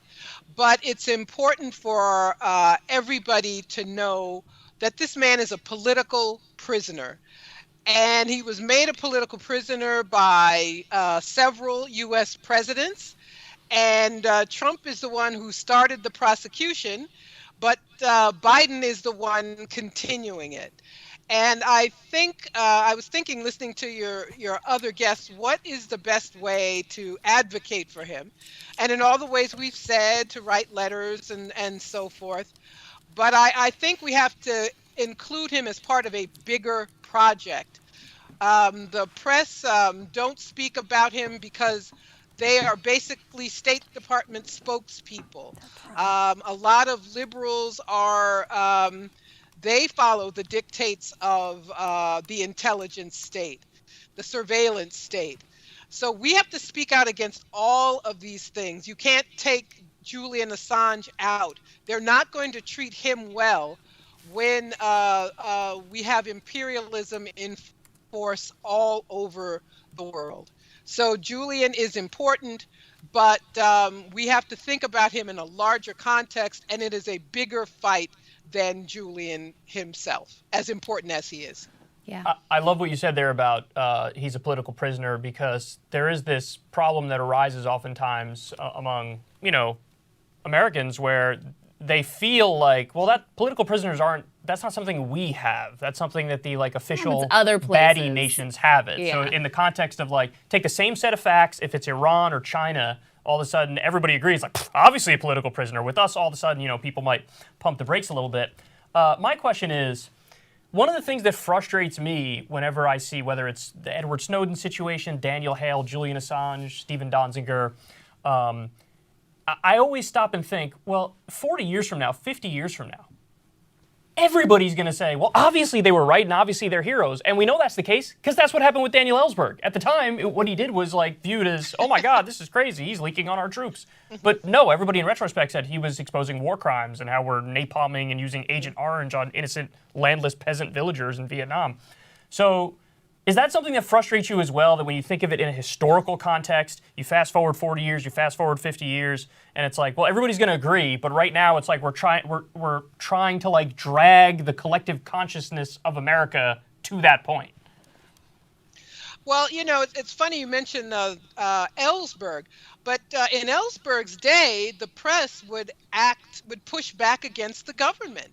Now, with the Pentagon Papers, would any of that happen now? No. Would the New York Times or Washington Post compete with each other to see who could expose a government crime? And the answer, unfortunately, is no.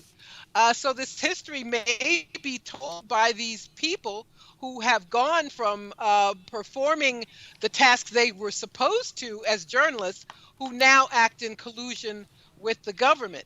So it's the people who have to do this. We have a heavy lift.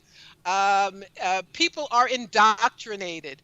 People are, if you say the word Julian Assange to the average person, the average liberal, they'll say the guy who put Trump in the White House. And that is because of propaganda. We are propagandized into believing that, by the way, there are many political prisoners in this country. Some have been in jail for up to 50 years.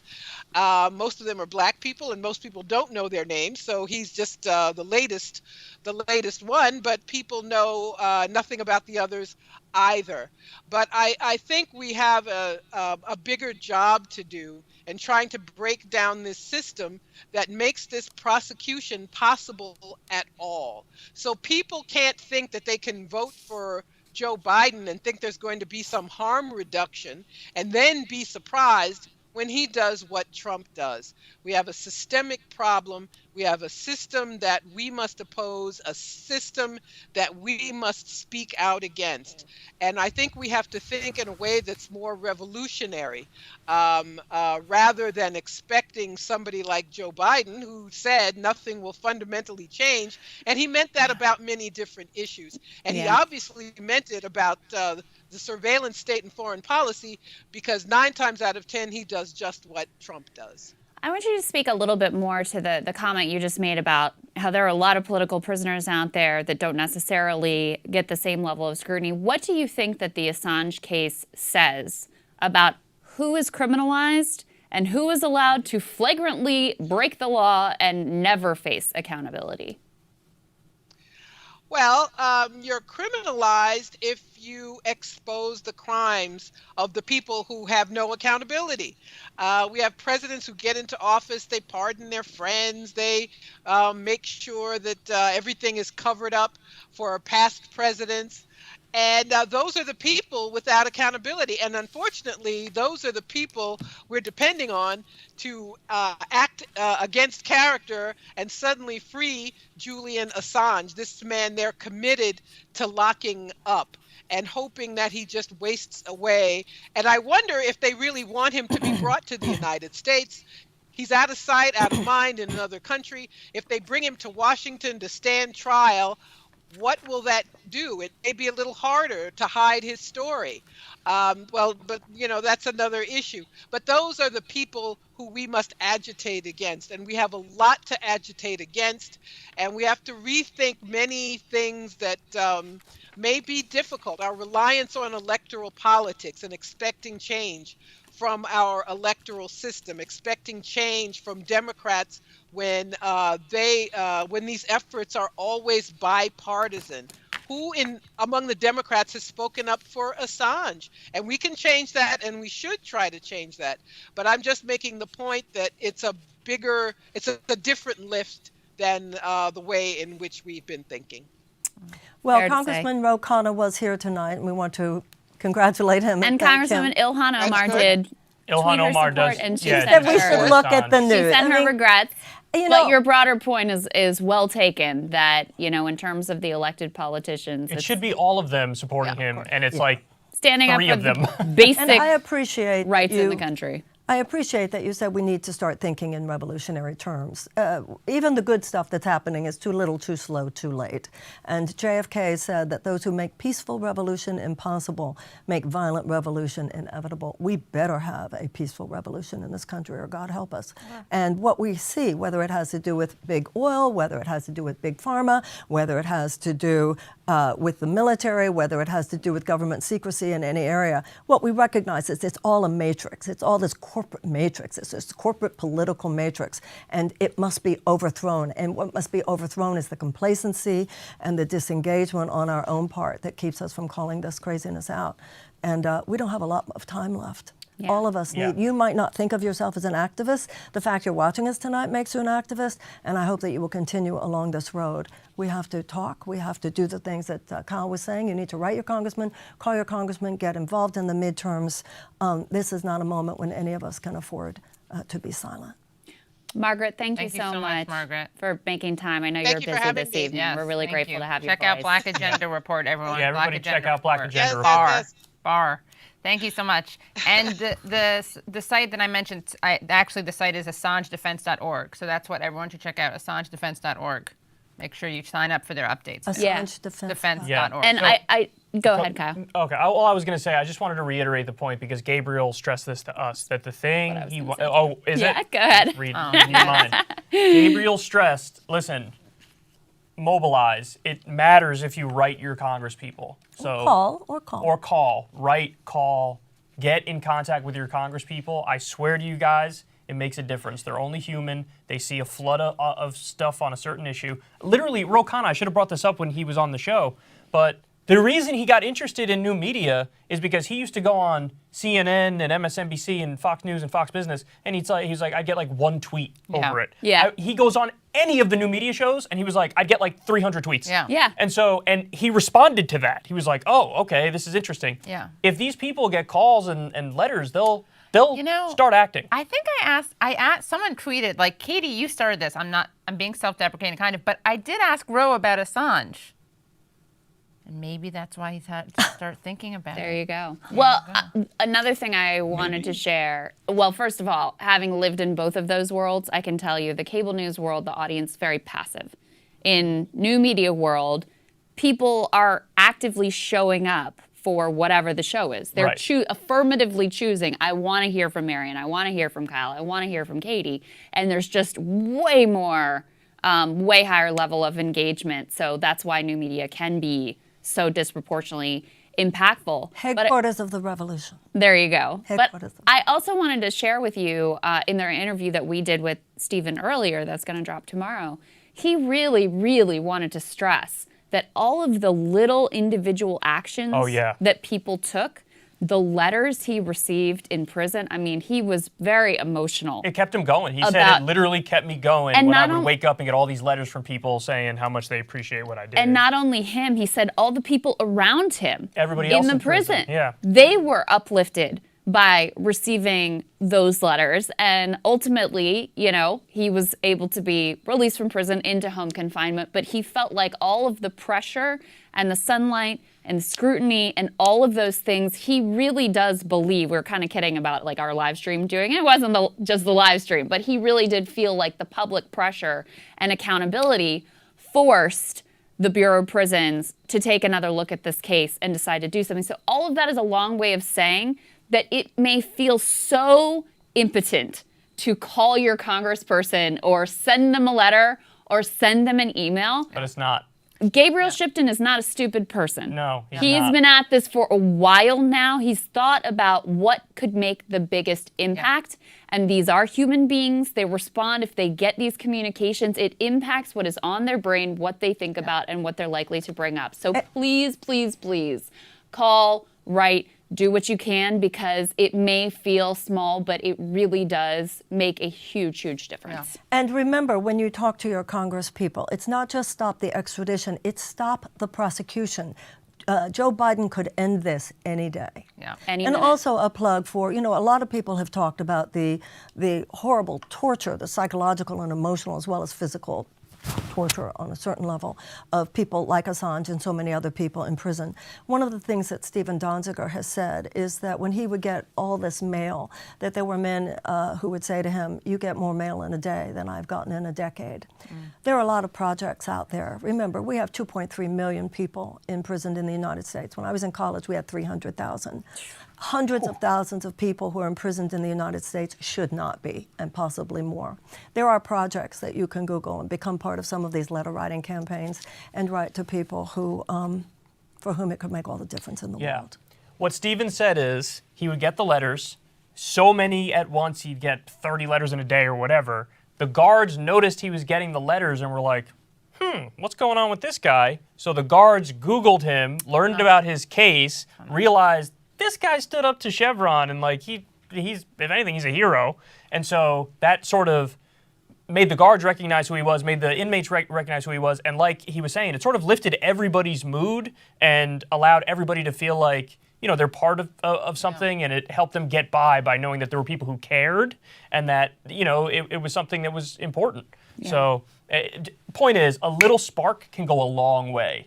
A really long way, and just those letters were a little spark. So just get involved wherever you can. So many prisoners of conscience in this country and around the world. That's why projects like Amnesty International, Human Rights Watch, et cetera, there's so much that all of us can do to make a difference. If you make a difference in the life of one person who is unjustly accused or unjustly imprisoned, you're helping to change the world. And speaking of Amnesty International, we should also mention that all the supporters of Julian Assange include the ACLU, PEN, Amnesty International, Reporters Without Borders, Free Press, the Reporters Committee, Human Rights Watch. So we really need to remember that people, when you support Julian Assange and his cause in Free Press, you are on the side of all these organizations that people respect. It's a no-brainer. It's all about the Constitution, all about the First Amendment, all about free speech, all about a free press, all about upholding those values, not being a hypocrite on it.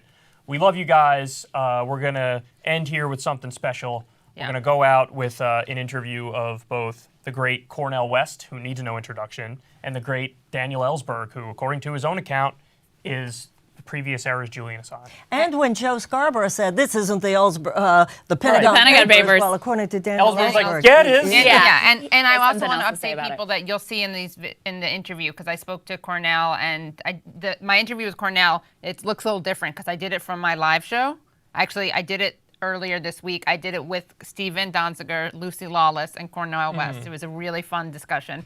So that clip is live. The other one is pre-taped. The one I did with Daniel Ellsberg is pre-taped. And as Daniel says in it, he wasn't able to come to this because he had an operation Wednesday, but he's doing well. Great. So Shout out to Daniel. We love you. Covering, And once again, to see the rest of the interview with Cornel West and also with Daniel Ellsberg, you can go to youtube.com/The Katie Halper Show. I'll be releasing those there. That's right. Listen, guys, last time we did this live stream, very next day, it happened. Stephen Donziger was back home. It happened. Let's see what happens this time, guys. Let's see what happens this time. Next up, Daniel Hale. Free Assange. Thank you. Next up, Daniel Hale. He let us know about the drones killing 90% innocent civilians. Free Assange, free Mumia Abu-Jamal, free Leonard Peltier, free all political prisoners. Daniel Hale. And let's listen to what Daniel Ellsberg and Dr. Cornel West have to say. Good night, guys. I wanted to know why Julian Assange is important to you, why his story, why his fate,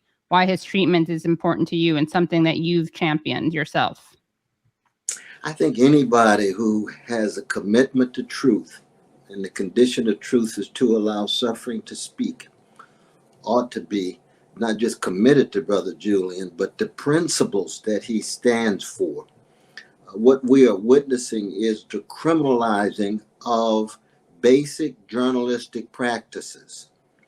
We are witnessing the prosecuting of a journalist who has simply exposed lies and told truths about crimes of the American empire. And an empire, you know, it believes it can say and do anything without accountability. So you get Biden on the one hand sitting up there at the summit of democracy, and Brother Clinton on the other, Secretary of State, talking about we believe in free press. Quit lying. You don't believe in free press. You believe in free press relative to your interests, relative to your power. Just be honest about it. You can be hypocritical, don't be gangster. I mean, the least thing you could do is be candid in that regard. And the sad thing really is, where's the New York Times? Where's the Washington Post? Where's the LA Times? Where is the journalistic establishment that claims to have commitments to freedom of press, claims to be libertarian? Because I believe libertarian sensibilities are very real for everybody, not just my friends. If this were a New York Times reporter, the world would be coming to an end. But no, they can use an old relic like the Espionage Act. And we're talking about the Obama administration. We're talking about the black face of the American empire with all those smiles and poise and so forth, smashing truth-telling. We want to be honest about this. Then we get a gangster Trump. He does the same thing. Now we get Biden. He does the same thing. Oh, we see this is structural and institutional, not just personal. No matter who's head of the empire, they don't want truths to be revealed. And there's a direct connection between lies and crimes, mendacity and criminality. And all we say is allow the truth to be put forward and allow the truth tellers to be free. That's all. And this is true across the board. Actually, it cuts across ideology. I mean, if they were doing this to right-wing folk who would expose the truth, they ought to be free too. Right. You know what I mean? If Tucker Carlson disclosed the crimes of the American empire and killing innocent people with drones, I'm going to support that brother, even though I'm agreeing with him about 2% of the time. It's a matter of principle here. But unfortunately, most substantive journalism in America is dead. Thank God for Katie Halpern's show, Amy Goodman's show. I mean, we got a few of them, you know what I mean? So grateful to have Daniel Ellsberg speaking to us. And I just wanted to know why the Julian Assange story case, his fate, is so important to you. I'm a friend of Julian Assange, so it's important to me because he is facing death in prison right now. My cause for the last 50 years or so forth has been protecting freedom of the press and truth-telling by whistleblowers. And if Julian's case were brought to the U.S. and led to a conviction, and the Supreme Court affirmed that conviction, the First Amendment would essentially be dead with respect to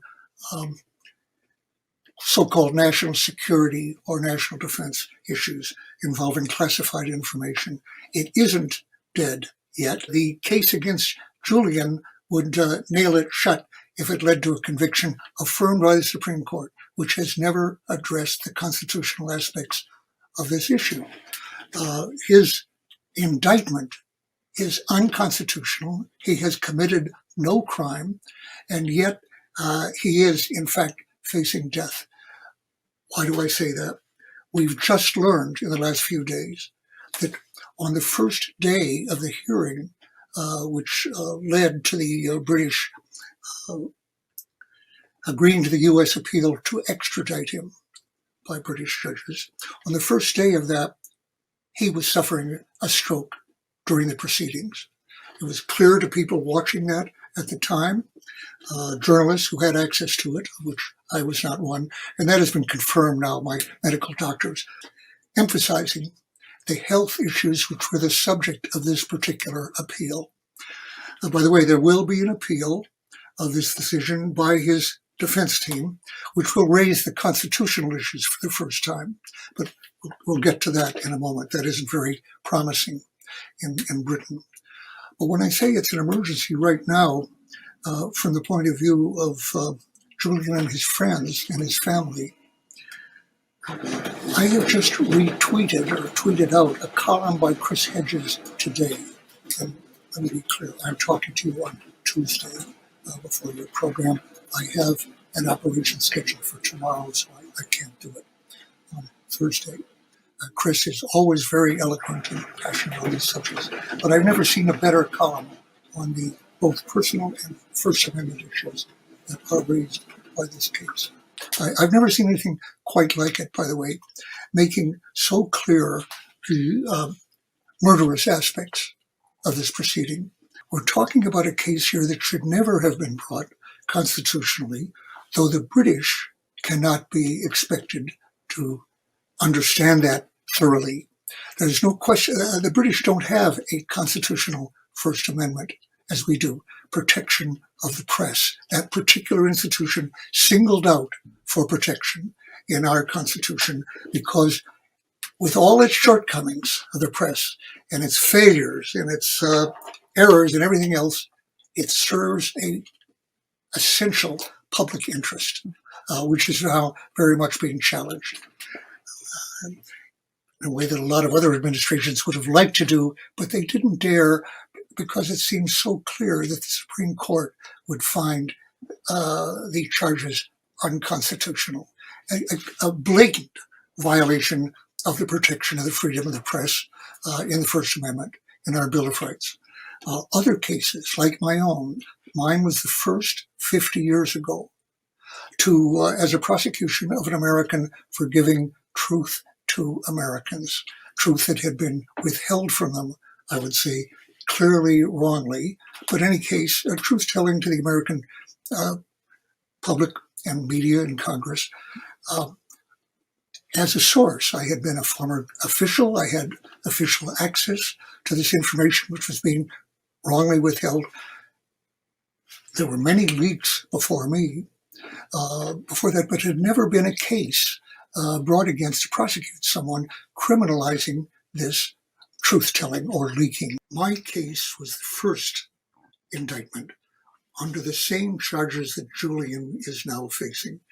Alleged violation of the Espionage Act of 1917, which was of course designed and used until my case exclusively against spying, secretly delivering information to a foreign, in particular enemy during times of war, but in any case, information that had been withheld by the government, giving it secretly to another government. There have been many spy cases used of the Espionage Act, but never what they acknowledged was a non-espionage case. It had never been used against someone for giving information to Americans.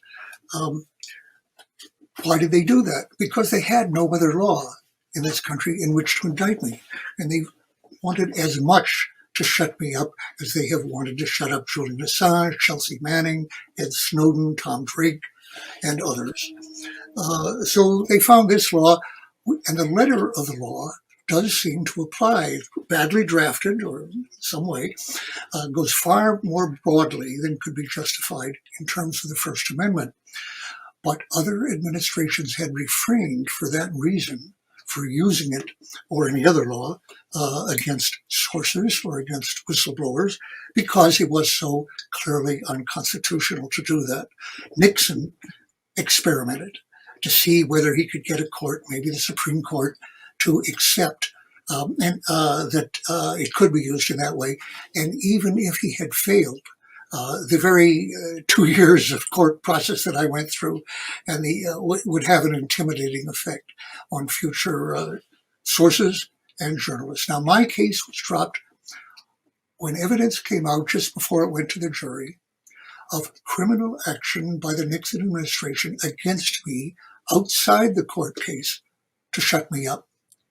Not coincidentally, not just an interesting biped, this administration, I should say the Trump administration rather, which brought this indictment, did the same criminal acts against Julian Assange that led to the dismissal of charges against me. That included warrantless wiretapping, surveillance, in his case, surveillance of, because they had access to him at the Ecuadorian embassy secretly and illegally, surveillance of his discussions with his lawyers. I don't think that arose in my case particularly. Well, why not? They had illegal surveillance of me, illegal surveillance of his discussions with his doctors. It occurs to me as I say this, that had its exact counterpart.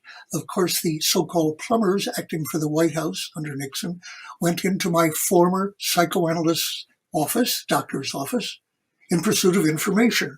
There, not to blackmail me, but to threaten me with release and shut me up as a result. But in Julian's case, information on his ability to hold out there in terms of his medical discussions. He was under, throughout the 7 years, most of that time, in extreme pain from shoulder ligament injuries, harm, and also from dental problems that could not be dealt with in the Ecuadorian embassy. And the British government refused all requests to allow him to get the MRIs and the dental investigation that he needed without arresting him and essentially shipping him to the US. So he was in pain during that whole time, as I saw when I visited him twice in the Ecuadorian embassy. The first time, he looked all right. It was a long discussion.